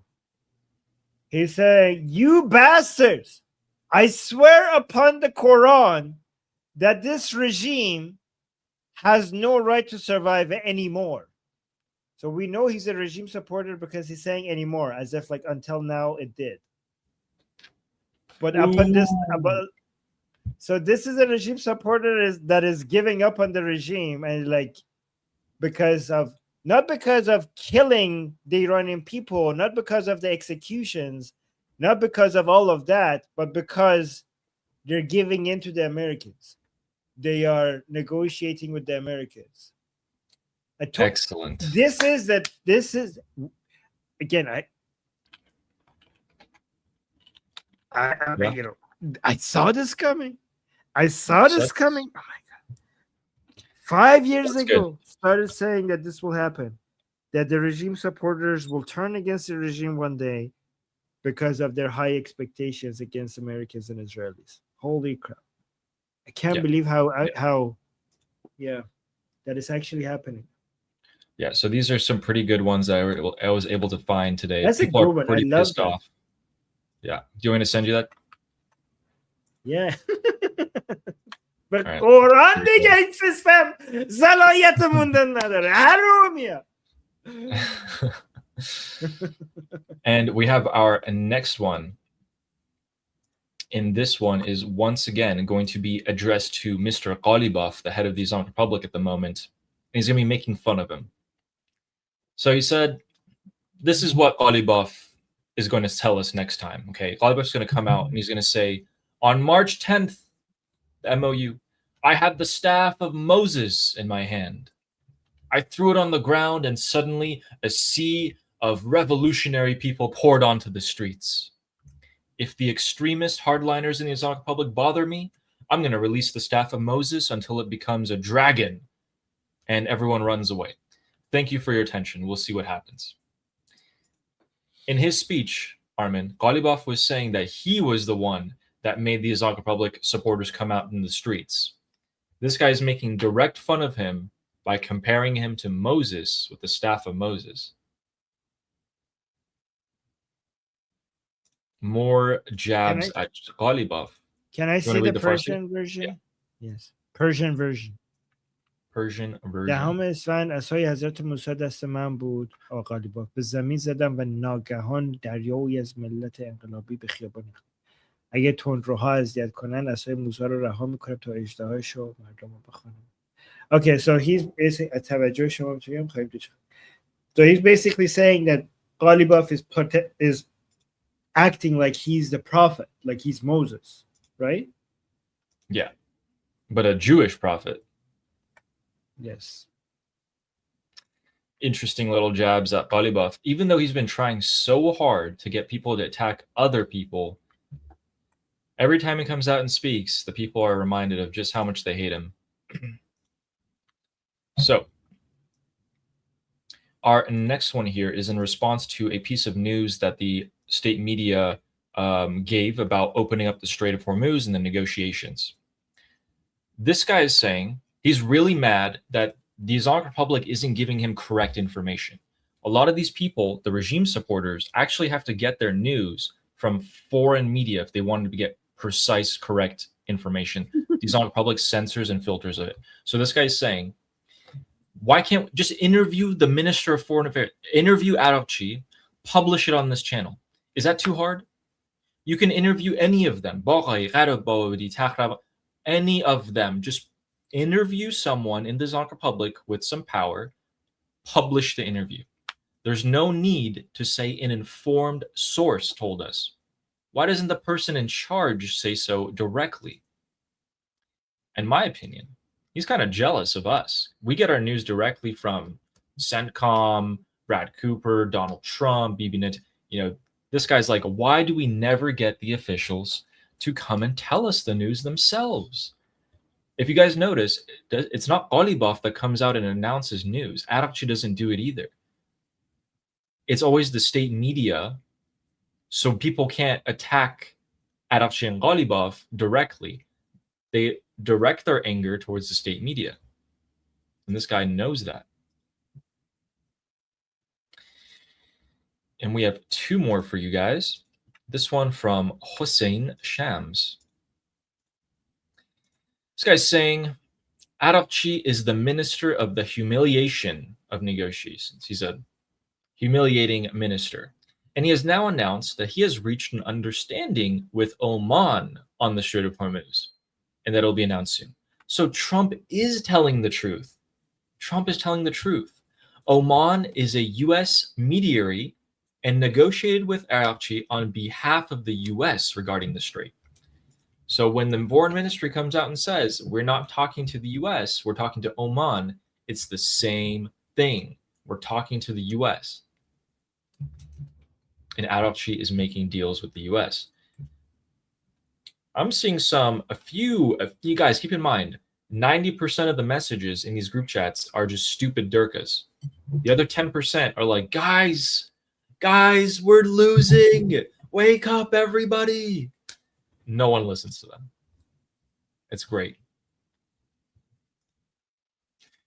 And our last one of the alligrams will be from someone who chose to put their name as Colombia for some reason, and says,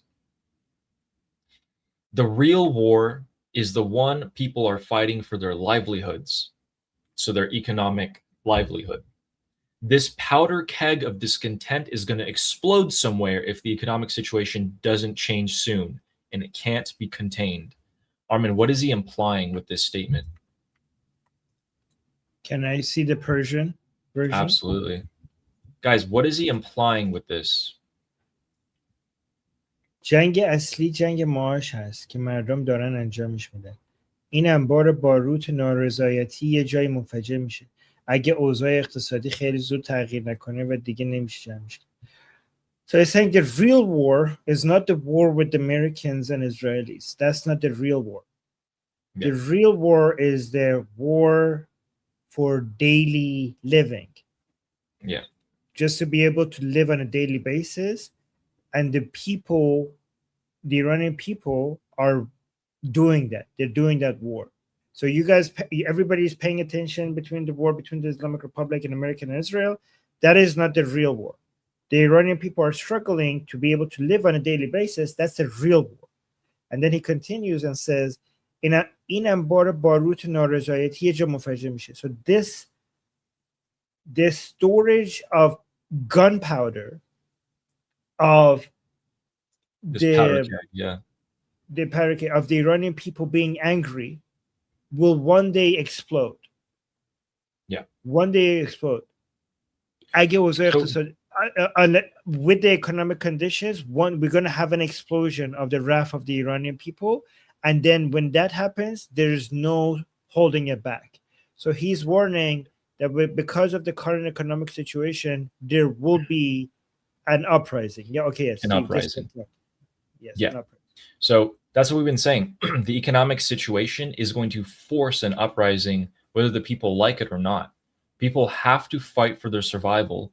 They have to put food on the table. They don't have a choice. And that is our Alligram section. Let's give you guys some quick updates and read the super chats here.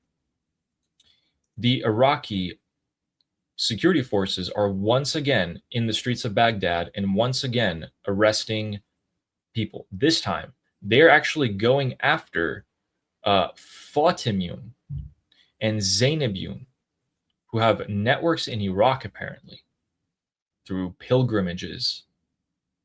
And it turns out some of the Iraqi state media believe that it was these Fatimun Zainabun terrorists who were actually launching drones at Saudi Arabia. And we have a leaked image here. Let me see if I can find it. Make it bigger for you guys. Okay, here it is. Come on. Copy image address. So we actually have a Iraqi government document here that is apparently showcasing a member of one of the terrorist proxies from Afghanistan and Pakistan who has come under the guise of the Islamic Republic to Iraq and may be responsible for some of these attacks. Looks like these are what the Iraqi forces were going after tonight when they committed some arrests. So that would be, I'd love to get more official confirmation of that, but it seems like this is what the Iraqis themselves are saying at the moment. And yeah, again, there's just a ton of Iraqi forces poured out in the streets of Baghdad, just convoys of trucks and, black clad in security forces. Okay. So with that, I will give you some of the news that we wanted to give you guys today. Tomorrow, it's not completely urgent. And with that, we can read the super chats. Ida, thank you for becoming a YouTube member or renewing your membership. It's probably the renewal there. Thank you very much. Yes. Welcome back. Nollybug says, bring on the therapy. We need it. Yes. It's the one that we've been saying. This deal is never going to happen. They literally just fired on another ship tonight, almost hit it. There is no one in the Islamic Republic that can give the United States what it wants. Not a single one entity person. You're going to have all of them on board. Never going to happen. Ever. Thank you for the super chat, Nollybug. And Still Sassy, thank you for the Jules. RG Rappaport with the super sticker. Thank you for the support. Fleshy Interloper says different factions are allowed to shoot for free. Yes. President Trump is talking to one faction. Yeah. And even if they have an agreement with President Trump, it doesn't stop the other factions. Yeah. Another faction in Islamic Republic is still going to fire a missile. It's crazy. Crazy stuff. Thank you, Fleshy, for that. And our next one is from Newsbren saying, yesterday I wrote, the attack will only happen when the CIA and Mossad say go. It has to be the last campaign. It has to be a final campaign since the United States of America is running out of Patriots that cost $4 million while Iran missiles cost $100,000. It's a little bit simplistic, I think, to view it like that. I do believe that a final hard campaign is coming, but I don't think it's going to be because the U.S. is going to be running out of patriots. Looks like they're bringing them in from South Korea to make up for any sort of lacking that they have. But the costs, yeah, I don't know. I don't know about the costs there. No, but yeah, but I do agree. I do agree that, you know, just an attack that doesn't go all out is going to be more. It's going to have more cost than benefit. You need to go all out, finish the job. I do agree with that. Absolutely, that does have to happen. Thank you, Newsbrand, for the super chat. And Fleshy Interloper says money has to fall off the table into the right pockets. Ooh. Is there a way? No, actually they don't, because the Islamic Republic doesn't have money right now. Yeah. Spending all of its money as soon as it gets it. See. Yeah, I don't know if money can save them at this point. See. Oh, it's just it's right here. Yeah. What does that mean? I don't understand it. Bribes. Oh, okay. Money has to fall off the table into the right pockets. Yeah, that's how the Islamic Republic operates all the time. For sure. They just don't have any more money left. They're spending it all. No, that's not true. They have billions of dollars. They have less than before. They're still making billions of dollars. They're making billions of dollars less than before. But the money that needs to go into the right pockets, a lot of it is in the millions. You know, so they will still be able to pay their core people that they need to pay. We're still not in the territory of a full collapse. I mean, the problem is that the main weakness right now is the IRGC salary. Okay, so when it comes to some key forces, terrorist groups that they need to, if it comes to an uprising, they might have enough to pay, you know, tens of thousands of people to be able to continue suppressing the Iranian people. But what's making them collapse is what's very expensive is the entire structure and framework of the Islamic Republic. They're having a hard time continuing to pay for that, especially the armed forces, like their payments and everything that keeps the machine going. That's hard to keep paying for. But once all of that breaks apart, that's when you're going to see a total system collapse. But the issue will never be not having millions of dollars to pay some militia to be able to shoot into crowds of Iranian people, because that's pocket change compared to the oil and gas they're making even now. Mm-hmm. Yeah, we made that analysis too. It only cost them what, like $1.5 billion, which they have. They'll always have that. Thank you, Fleshy Interloper, for the super chat. And Ghalibaf Profile Pic says, "Will I get my elephant farts this time?" Guys, in Farsi, chosefil means elephant farts, and chosefil also means popcorn. So he's wondering if he's going to get his popcorn. I think it's on its way. Thank you, Ghalibaf. And stop listening to our show. Our next super chat is from Leo, saying, "Should never have stopped booming in March." That's what a lot of people say. I mean, I could go into the different reasons for why some people agree with that and some people disagree with that, but more and more people agree with you, Leo.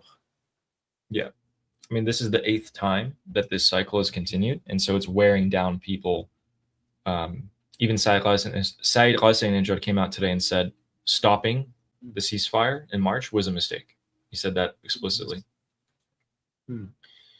Thank you, Leo, for your super chat. Thank you. And S7 saying, "Iran knows how to play Trump. He threatens, they feign compliance, attacks stop, then they stall. No one believes Trump now. Iran wins." It seems to be the pattern. Iran wins when the Islamic Republic falls. So Iran is not. If you're saying the Islamic Republic is winning, then Iran is losing. But I think Trump has played the Islamic Republic more than the Islamic Republic has played Trump, to be honest. Because at the end of the day, even if there are certain things that we wish President Trump did differently, the Islamic Republic is not winning. The Islamic Republic, let's be real, like our expectations might be higher than what is happening, but the Islamic Republic has never been weaker than it has been right now. And the United States has never been stronger than it has been right now. So I don't see how the Islamic Republic winning this, given that they're more vulnerable and weak than they have ever been in their history. So I don't consider that a win.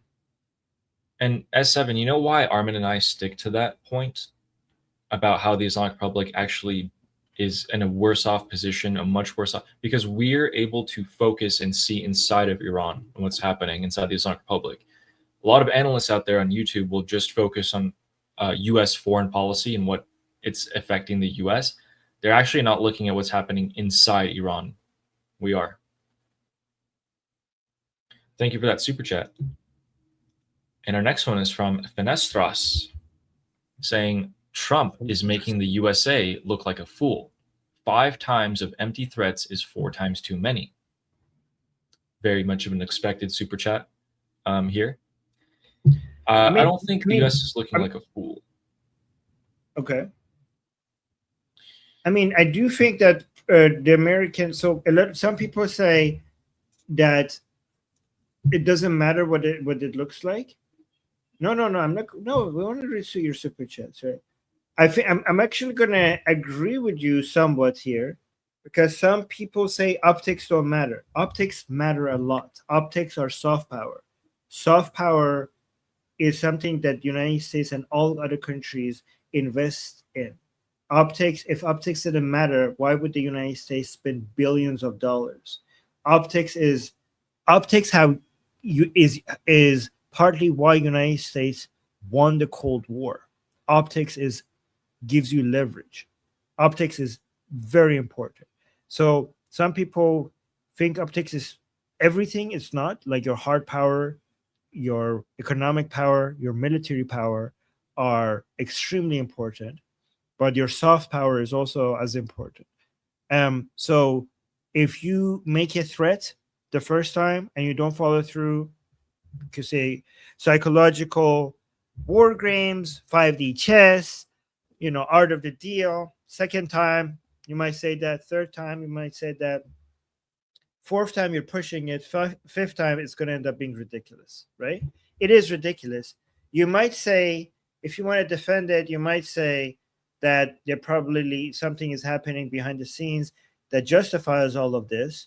But that doesn't, even if that is true, even, for example, let's say we see such a giant attack coming out right before the midterms, at some point before the midterms, that would justify everything that President Trump has done so far. Even if that happens, you could still agree that has done a lot of damage to U.S. credibility at least when it comes to threats, right? So when you make a threat and you follow through, that means that people will take your threat seriously. If you make threats and you don't follow through, then the influence of your threat is going to be less next time you need it, right? I mean, it's basically crying wolf. It's the same thing. So, I mean, I don't disagree. Hopefully, the optimistic take is that cost is for the sake of something a lot bigger behind the scenes, if it's true. Yeah, I would agree with that. It won't matter at the end if the result is the overthrowing of the regime. And thank you, Finistras. Yeah. Finistras? Yeah, like the Harry Potter spell. Oh. Thank you, Ramia, for the jewels. And Steak and Beans saying, oh, you Iranian patriots make it hard for us. Armin and Ali, Glody, and Tusi at the same time. I can barely concentrate on one conversation with ADHD. How am I going to manage 3 at the same time? Yeah, I mean, that's why you just stick here. You know what I mean? We are the best.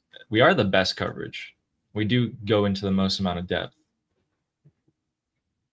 Thank you, Sticky Beans. Thank Thank you you, for Steak and the Beans. thank you for Thank you for the supporting super us. chat. And Teresa Betancourt, thank you so much for the super sticker, and thank you for the support. Thank you. Always see them in the chat. And Rooster saying, so you win the battle against... Yes. Thank Yeah. you, So Rooster. apparently you did win today? Yes, we were 9. We were like so close. It was like you were 9 and I was 9, and then we were like so close, and then boom. Dang it. Thank you. 2-1. Armin's in the lead. Yes. Okay. 2-1. 2-1. Thank you, Rooster, for the super chat. And Joanne is saying, how are the Iranian people feeling after Trump said there's a deal? They're exhausted. A lot of them are exhausted. A lot of them not shaken. Here's the thing. What Trump says or does at the end of the day, in the grand scheme of things, is not going to change the fact that the Iranian people want the regime gone. Thank you so much, Joanne. We're frustrated. Super chat. And guys, if you're American and you're frustrated by the Iranian people being frustrated, please understand what they're going through and just forgive them. Okay, it's hard. It's really difficult to be in their position right now. You know, for us, it's a roller coaster on the news. You know, for us, it's a roller coaster because we get offended by certain things and we get encouraged by certain things, and we're like, because we want our narrative to win, we want our side to win. And like somebody is pro-Trump and gets offended because people are speaking against Trump. Somebody is against, it's based on, like, for many people watching this is a show, okay, that they want things to go their way. For the Iranian people, this is not consuming news. For the Iranian people and the Israeli people, this is about life and death, right? So as much as you get frustrated when things are not going your way on the news, and when you get encouraged when things are going your way, just remember that you're watching all of this in a safe position, watching all of this. And I'm not saying that you should. I'm not criticizing any of us. Like, I'm talking about myself.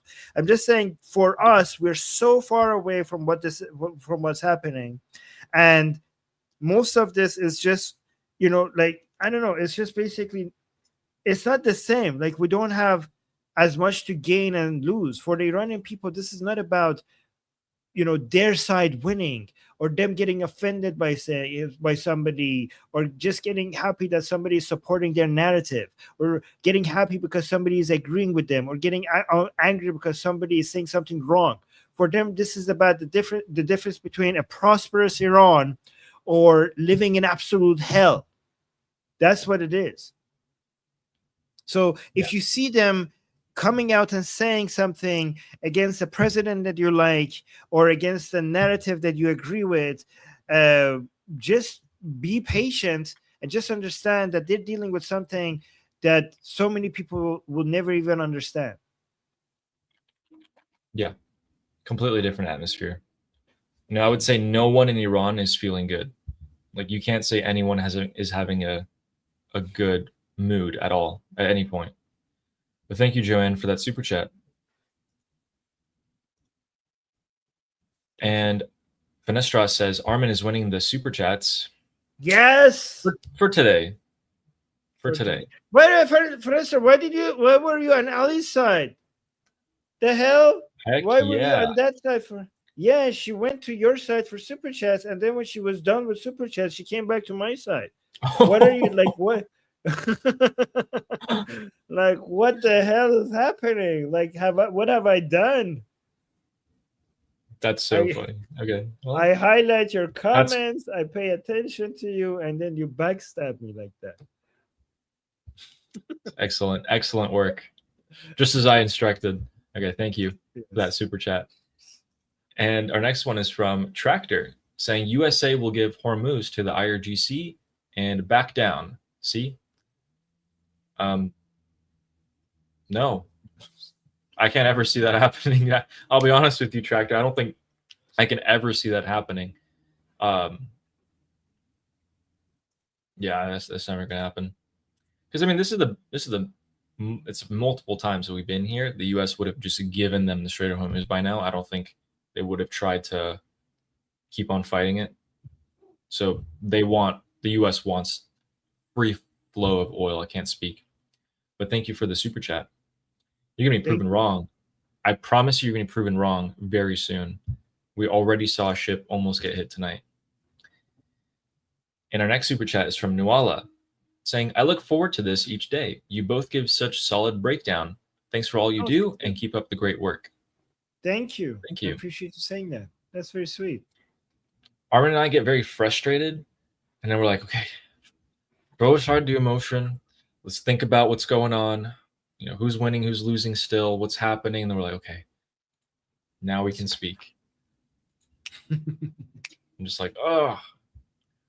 Thank you, Nuala, for the super chat. Thank you. Our next one is from Fizz Endracist. Trump is making me dizzy. I'm feeling dizzy in the sense that I'm like, oh my God, I don't know, because he can change his mind at any time. I don't know. The Israelis don't know. Half his administration doesn't know. The Islamic Republic doesn't know. I've been saying this forever. Trump is the only one who knows. He's the only, not even JD Vance, anyone. It's just him in his head. Fine stars were saying it. Finistras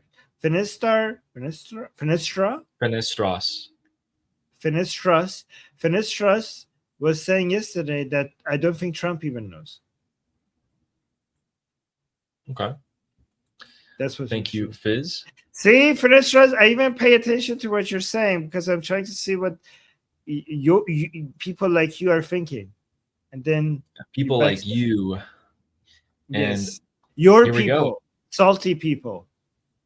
And we have a super chat from Finistras saying, "Can we fire Trump and bring in Rubio?" Are you American? Is Finistras American? No, I believe. Oh, so no then. Oh, yeah, don't tell us what to do. Yes, don't tell Americans what to do. It's not. We could. Yeah, we might see the next president be Marco Rubio. I don't know, or maybe 2 terms from now. It's probably more likely. But thank you for the super chat. And Nail Bunny says, "This chat ... Another super chat needs confetti." Yes, Nail Bunny. Nail Bunny trying to get you to. That's who got you to 10, I think. The double. Yeah, it was because right after Nail Bunny's super chat, after her super chats, we started seeing confetti. From Nollybug. We win. Confetti from Finistras. Yes. And confetti from Fizz Endracist. But it was so close that some people thought I won. Yes. See, Fizz Endracist was getting you to win, but he was like just a few seconds late. So he thought that you won. Yes. It's no problem. No problem. Yeah. And thank you, Nail Bunny. Thank you, Finistras. And thank you, Fizz Endracist and Nollybug.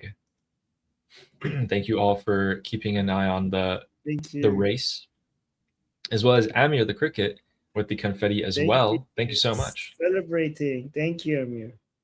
Hope you're doing well. And our next super chat is from Steven saying, "Don't worry. I hit the like button 4 times. I quadruple liked it."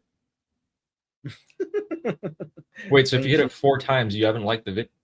Oh, if you click it again, does it cancel out or no? I don't know. Let me try. Yes, it does. So you unliked it. Wow, you unliked the video. All right, Steven. I see how it is. Thank you for the super chat. Tried to slide that past us.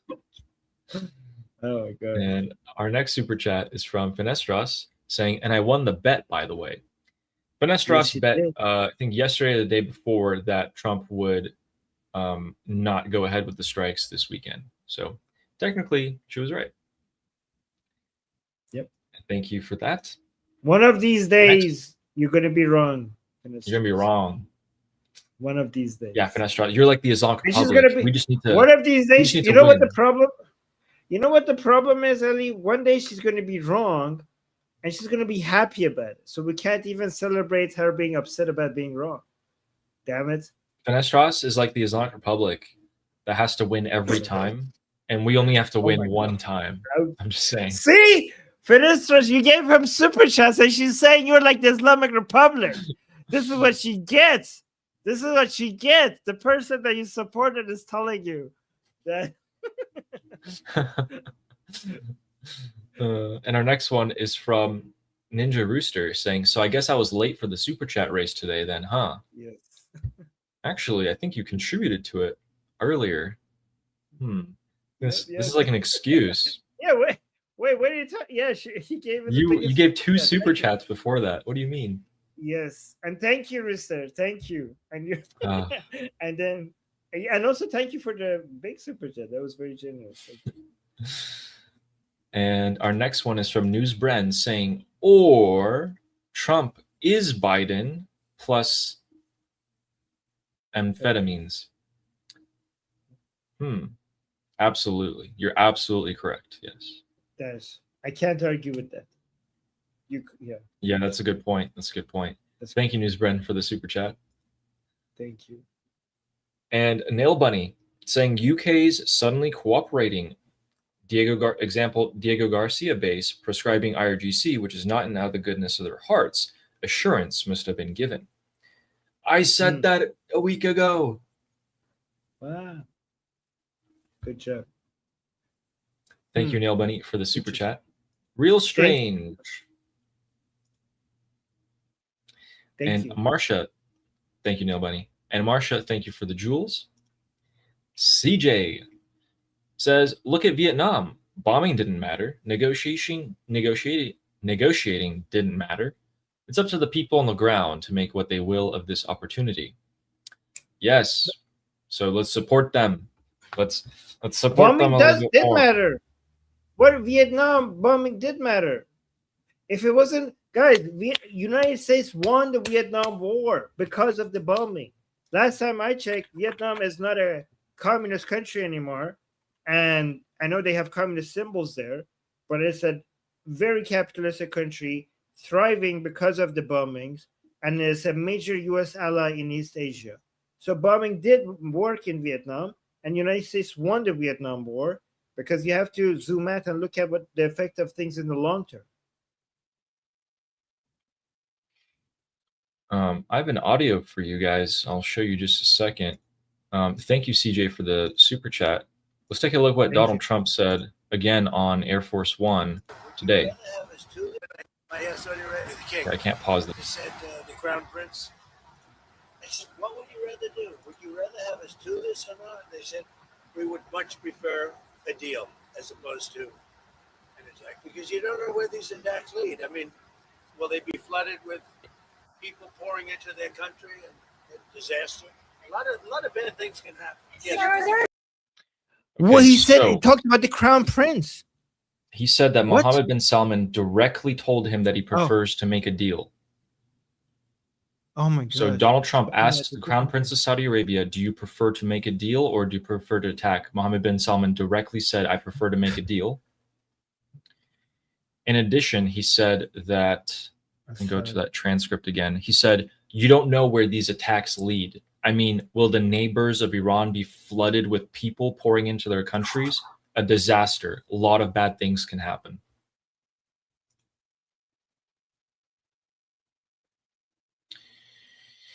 Interesting. Okay, so the Axios was correct in the Axios report, according to President Trump, regarding could be Saudis. And thank you, CJ, for the super chat. Our next one is from Nail Bunny saying, isn't dust storm season in Iran April to July? We don't really get dust storms in a lot of the parts of the country, but Middle East as a whole. We only get dust storm. We only get dust storm in Sistan, Baluch, like that I know of. Like I lived in Iran for 20 years. I've never seen a dust storm in my entire life. Not a single. And I lived in two major cities. I lived for 7 years of that 20 years. I was in Shiraz, and the rest I was in Tehran. Never seen a dust storm. I've seen dust storms on TV on Sistan, Baluchistan province. Yeah, but the rest of the Middle East does until throughout August. So this month. And thank you, Nail Bunny. But jets have to fly through them to get to Tehran. Correct, but jets can go above the dust storm. It's more of like the equipment, the troops, the helicopters that decreases your chance of survival. Yeah. But good question. Thank you for the super chat. And Alistair Newman is saying the DNC has $16 million in cash and $18 million in debt. The RNC has $126 million cash, no debt. The Republicans have so much more cash flow at the moment. Oh, the Democrats has 16 mil assets, 18 million liabilities. Republicans, way more no debt. Hope. Yeah, and they're about to get more. Would they be able to use that to change the result of the midterms? Or would I that hope so. Hope more so. money statistically gets you more votes, but we'll see. We'll see. Thank you, Alistair. Thank you. And Elon's about to give. Oh, by the way, what a surprise. People who believe in capitalism are better at managing money than the socialists. What? Wow. Surprise. Are you serious? No.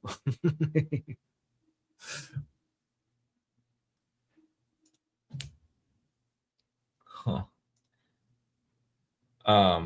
IRNA just published an AI image of a tanker on fire in the Strait of Hormuz and claimed they hit the ship. Never change Islamic Republic state media. Amazing. Thank you, Alistair, for the super chat, and thank you, Reko Kun, for the jewels. Thank you. Miss Hypnotic says, so Jew hater is actually Ghalibov. Yes, you got him. That's him. Yep. And Miss Hypnotic, I think, he's going to answer for himself here. So Ghalibov actually says, I am watching. He's getting his information from us. Taking notes. Thank you, Miss Hypnotic, for the super chat. You could be right. And thank you, Ghalibov. Jagatai with the super chat saying, damn it, Armin. No wonder we haven't beaten them yet. Ah, yes, because of Armin. Armin's giving them the tips on YouTube, and they're watching him. Sorry, guys. Really be your own. And thank you, Jagatai, for the jewels as well. Nail Bunny with the 5 Liberty Politics memberships. Thank you. And then with another 5 Liberty Politics memberships. Huge. Thank you so much. Thank you. Christian Evan Christensen says, you good? A Norwegian wonders if the revolution is spreading. Saw protests in Afghanistan and a small increase in monarchism in Libya and Iraq. Whatever you see right now, multiply it by 100 after Iran is free. That's interesting. I didn't know. I knew about the Afghanistan part. I didn't know about the Libya and Iraq monarchism. Is that a thing? Is that happening? I don't know. I mean, I wouldn't be surprised about Libya, because they're pretty fragmented. So for that to come out, I'm assuming is one of the factions there. I might be wrong. Christian, if you're still here, let us know. Let me look into this. So popular unrest and constitutional monarchism movements are gaining traction across North Africa and the Middle East. In Afghanistan, brave civilian protests on June 9th, 2026 defied Taliban mandates in direct opposition to religious authoritarianism. Libya's Crown Prince Mohammed el-Senussi has seen growing political backing since February 17, 2024, as a unifying constitutional alternative. Iraqi citizens demonstrated strong resistance to proxies of the Iranian regime during political developments up through May 19, 2026. The massive nationwide uprising against the Islamic Republic between December 28, 2025 and March 31st, 2026 continues to inspire regional resistance against extremist regimes around the Persian Gulf.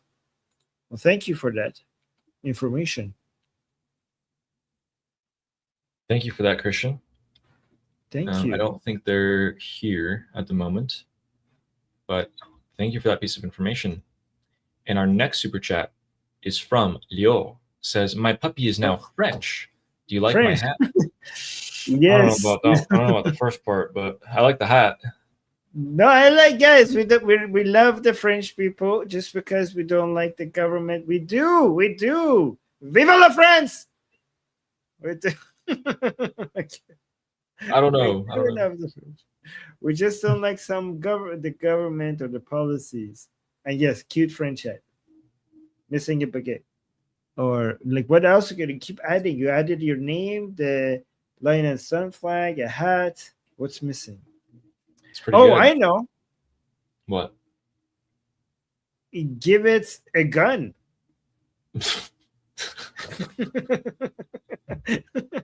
That's what's missing. That is the last thing I expected. All right. Thank you, Leo. All right. YouTube, we got nothing. Thank you for the super chat. And Caroline says, 2CTV says attack plan paused because of a leak. I think that was the plan. The leak was the plan. We were saying that the reason why we have this information is probably to put a bunch of pressure on the Islamic Republic to come back to the negotiating table. Turns out it was true. Are the negotiations going to survive? Absolutely not. No. But yeah, no, I don't think someone leaked something important and that's why they had to stop. Yeah, I don't believe that. Thank you, Caroline, though, for the super chat. Really appreciate that. Thank you, Caroline. And we have a massive super chat by Jets. Thank you so much for your support. Saying, I guess Armin won. What a shame. Wow. What a shame. What a shame. It's 2-1 now. You're 2 ahead. You won the past 2 days. But you know what? I won the first day of our race. I'm just saying. So maybe people actually started feeling bad and then they came into your chat and put super chats. Who knows? Pity super chat. Don't pity me. Well, but Jets, okay. Thank you so much for a very generous super chat. That's very sweet. Just always supports us in such a generous way. Thank you. Thank you so Everyone much. Else nice profile picture. Lion with a sword in his mouth. Oh my god! And the sun behind it. That's pretty good. Wow! I've never noticed until now. That is the lion and sun flag. The sun, the lion, and the sword. This is the first time I realized. I thought it was just a lion. Excellent. That is so cool. He's one of us. Thank you again for that super chat. And he put a winky face down in the chat there. And our next one is from John, saying weakest Boston Tazaharahat had a dozen people in heavy. Oh my god, I can't read this. It's breaking my brain. I'll just read it as it is. Weakest Boston Tazaharahat had 12 people in heavy inclement spring rainstorm. They always field at least 24 nonstop bipish bipish bipish. Okay, there we go. That was easier. What does that mean? So he's saying that the Boston Iranians are the real ones. They're the OGs. Even if it's raining, if it's whatever is happening, they come out with at least 12 people or 24 people. Nonstop. Yeah, so actually my city also has protests for the Iranian people every weekend as well, every Friday and Saturday. They just happen to be exactly when I'm doing my show. So the peach. But I used to go to them before. Nonstop. He says nonstop. Thank you, John. Nonstop. All right, guys, let me take a look at the news. Can I show you something? Ali, who's this guy? Radan. Okay. Oh, wait. Do we there's like one more him? super chat. Hell no. Hell no. Why do we not like him? He sat down and wrote the nitty-gritty plans on how to effectively murder civilians. He was the one that came up with the kill box ideas, how to trap people in squares, what ammunition, what units would need to kill people with, chemical weapons, all of that. That's all this guy. I'm going to expose him today. Okay. He was almost taken out. That's the video, right? No, I'm going to expose him as a Mossad spy. I want you to listen to this video. Oh, right. And tell me. Okay, guys, like if you hear what he's saying, you know, then you think like, okay, what the hell? So let me play this. So he's talking about the meeting at the office of the Supreme Leadership where the bombardment happened on February 28th. So he's talking about somebody that was at that meeting and is dead. And he's saying he wasn't supposed to be there. I was supposed to be at that meeting. In the meeting with Khamenei and the IRGC leaders and all the other important people when everybody died and Khamenei died, he said, I was supposed to be in that meeting, but somebody else went instead of him. Like something happened and I called and I said, I can't go. Something. Yes, something. He said something happened and I called and I couldn't go. Ali, a meeting with the supreme leader of the Islamic Republic. The supreme leader of the Islamic Republic wants to meet with you. He came out and said, everybody come, I want to talk to you guys. And he called and be like, I can't make it. He's like, nah. I can't show up. Nah, I'm busy. But guess worse. Like he's saying, if it's important, send someone else. If it's important, it's the supreme goddamn leader. Like send somebody else if it's important, okay? He's saying they insisted that you have to come. This is important. He said, I'm not saying it, he's saying it. He said they insisted that this is important, that you have to come. And I said, no.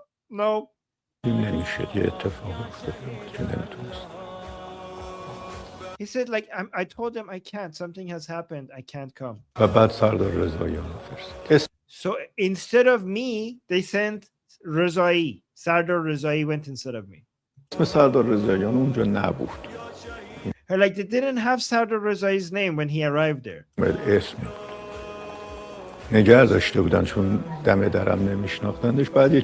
So they weren't letting him in because they didn't know who he is. Guys, Sardar Rezai is like one of the most important intelligence commanders of the Islamic Republic. He's saying at the office of the Supreme Leadership that when he wanted to get in, they didn't know who he is. Like, how do you not know who he is? He's like important intelligence person. And like, who are you? You can't come in. And like, yeah.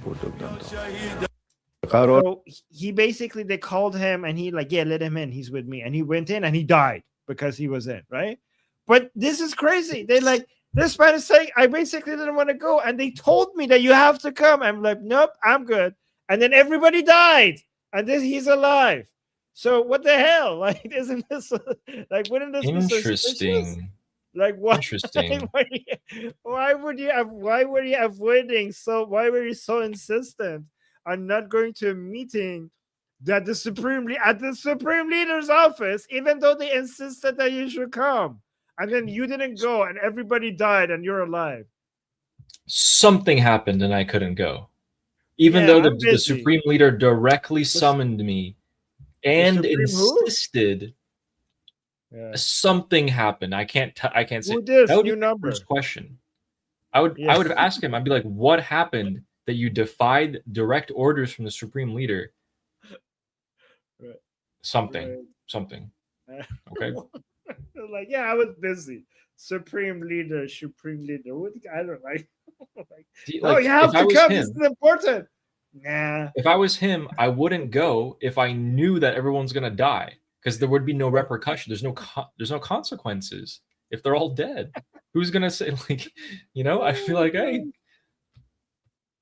so weird. Yeah. That's out there.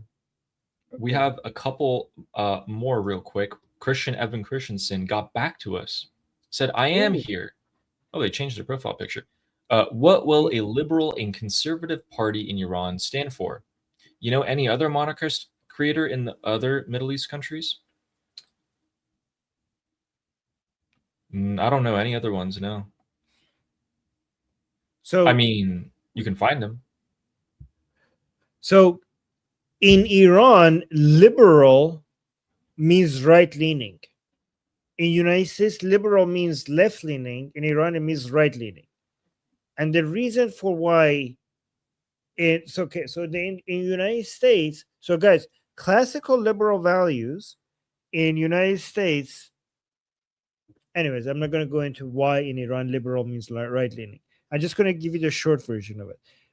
Communists are against classical liberal values. Communists are anti-liberal in that, they're against liberals.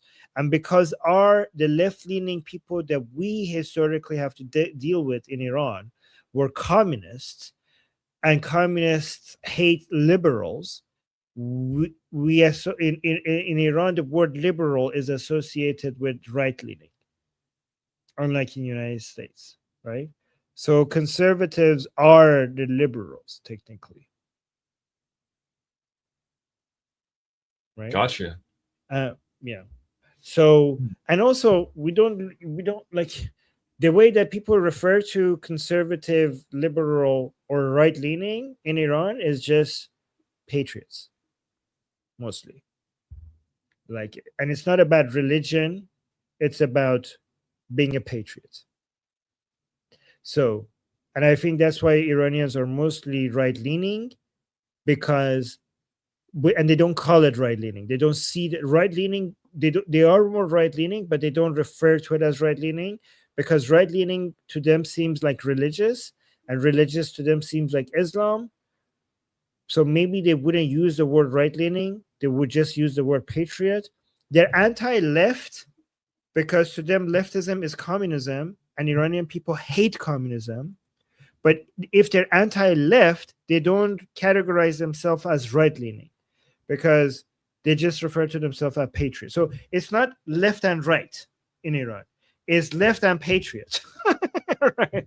So you have left-leaning people, which are traitors and anti-Iran. And on the other side, we don't have right-leaning people. We just have patriots. Does that make sense? You're either a patriot or you're a leftist. Got it. Yeah. It's that simple in Iran, yeah. Yeah, we don't have like people saying like, yes, I'm right-leaning. They're like, no, I'm just those mother tuckers are left-leaning. That means that they're a bunch of commies and against Iran, and I'm just a patriot. Heck yeah. Some people are definitely going to abuse that though in the future. Does that make sense? But I'm not saying this is this is like a categorization that should be or shouldn't be. I'm just saying this is how words are, most how people categorize themselves. Yep. Thank you for that excellent question, Christian. Yeah, thank you. And we didn't even answer it. We didn't even answer it. Where did it go? What did it say? About liberal and conservative in Iran. Parties. Okay, like what would they stand for, right? I think most parties would have to signal heavy patriotism to even have any chance, right? So for the right, left-leaning parties, they either have to like lean into being leftist and just try to appeal to minority left-leaning people in Iran, or even if they want to support left-leaning policies, they should rebrand it as not left-leaning and rebrand it as something else if they want to try to have a broader appeal. That's what I think will happen. Gotcha. Thank you very much for that explanation. Those are always really valuable, so thank you. We have some jewels from Dots D and Janet Marsh. Thank you very much. And our super chat from Firejack saying, I had someone sum up Trump's foreign policy in one comment, which is, I'm not at all interested in regime change, just dominating America's enemies. That's why all the stops. He wants the regime, not a free Iran. I think to a large extent, he does want to free Iran, and he's using the regime right now to push the other countries in the Middle East to achieve what he wants. He's using the Islamic Republic as a boogeyman, but he absolutely needs a free Iran in the future. By the end of my prediction is by the end of his term, 100%, and that's a bold prediction to make, and I usually won't make that, but I do believe he does want that.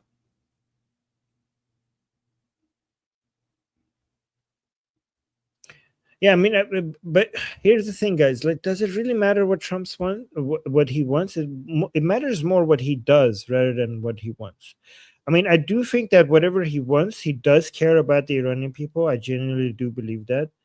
It doesn't mean that he's going to make it his priority just because he does care.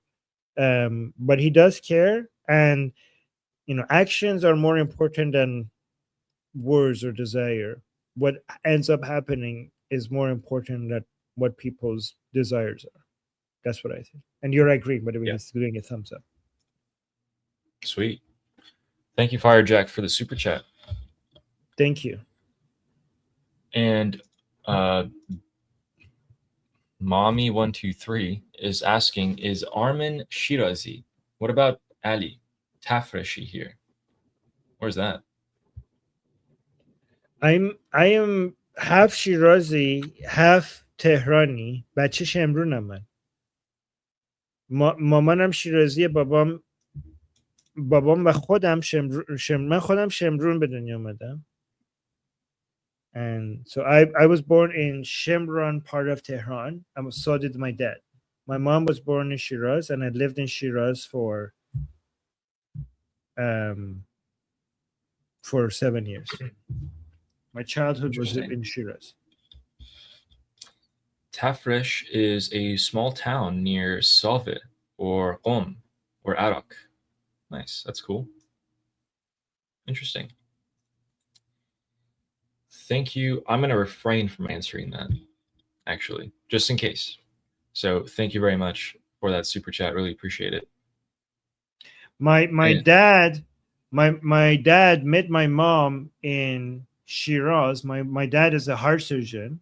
My mom was a nurse, and I grew up close to where I grew up. Most of my childhood was 5 minutes away from the place my dad and I met. The alley that they walked with each other every day that they went to the hospital, because they all walked with each other to go to the hospital because they worked at the same hospital in Shiraz. Him as a doctor and she as a nurse. That's really romantic. That's a good story. Thank you for that super chat question. I like that one. Thank you. And 40 Winks with the super chat. Thank you very much. Saying morale booster for Ali and his mods. Thanks for your research, dedication, and tireless work. You remain teachable and accept wise counsel. Well done. Yeah, I tell this to Armin all the time. I'm like, I just tell myself, like, dude, you're just not that good. Like, you're just not, like, you kind of suck. And then you tell yourself that? Yeah. But the way I tell myself that is that I tell myself, and that's okay.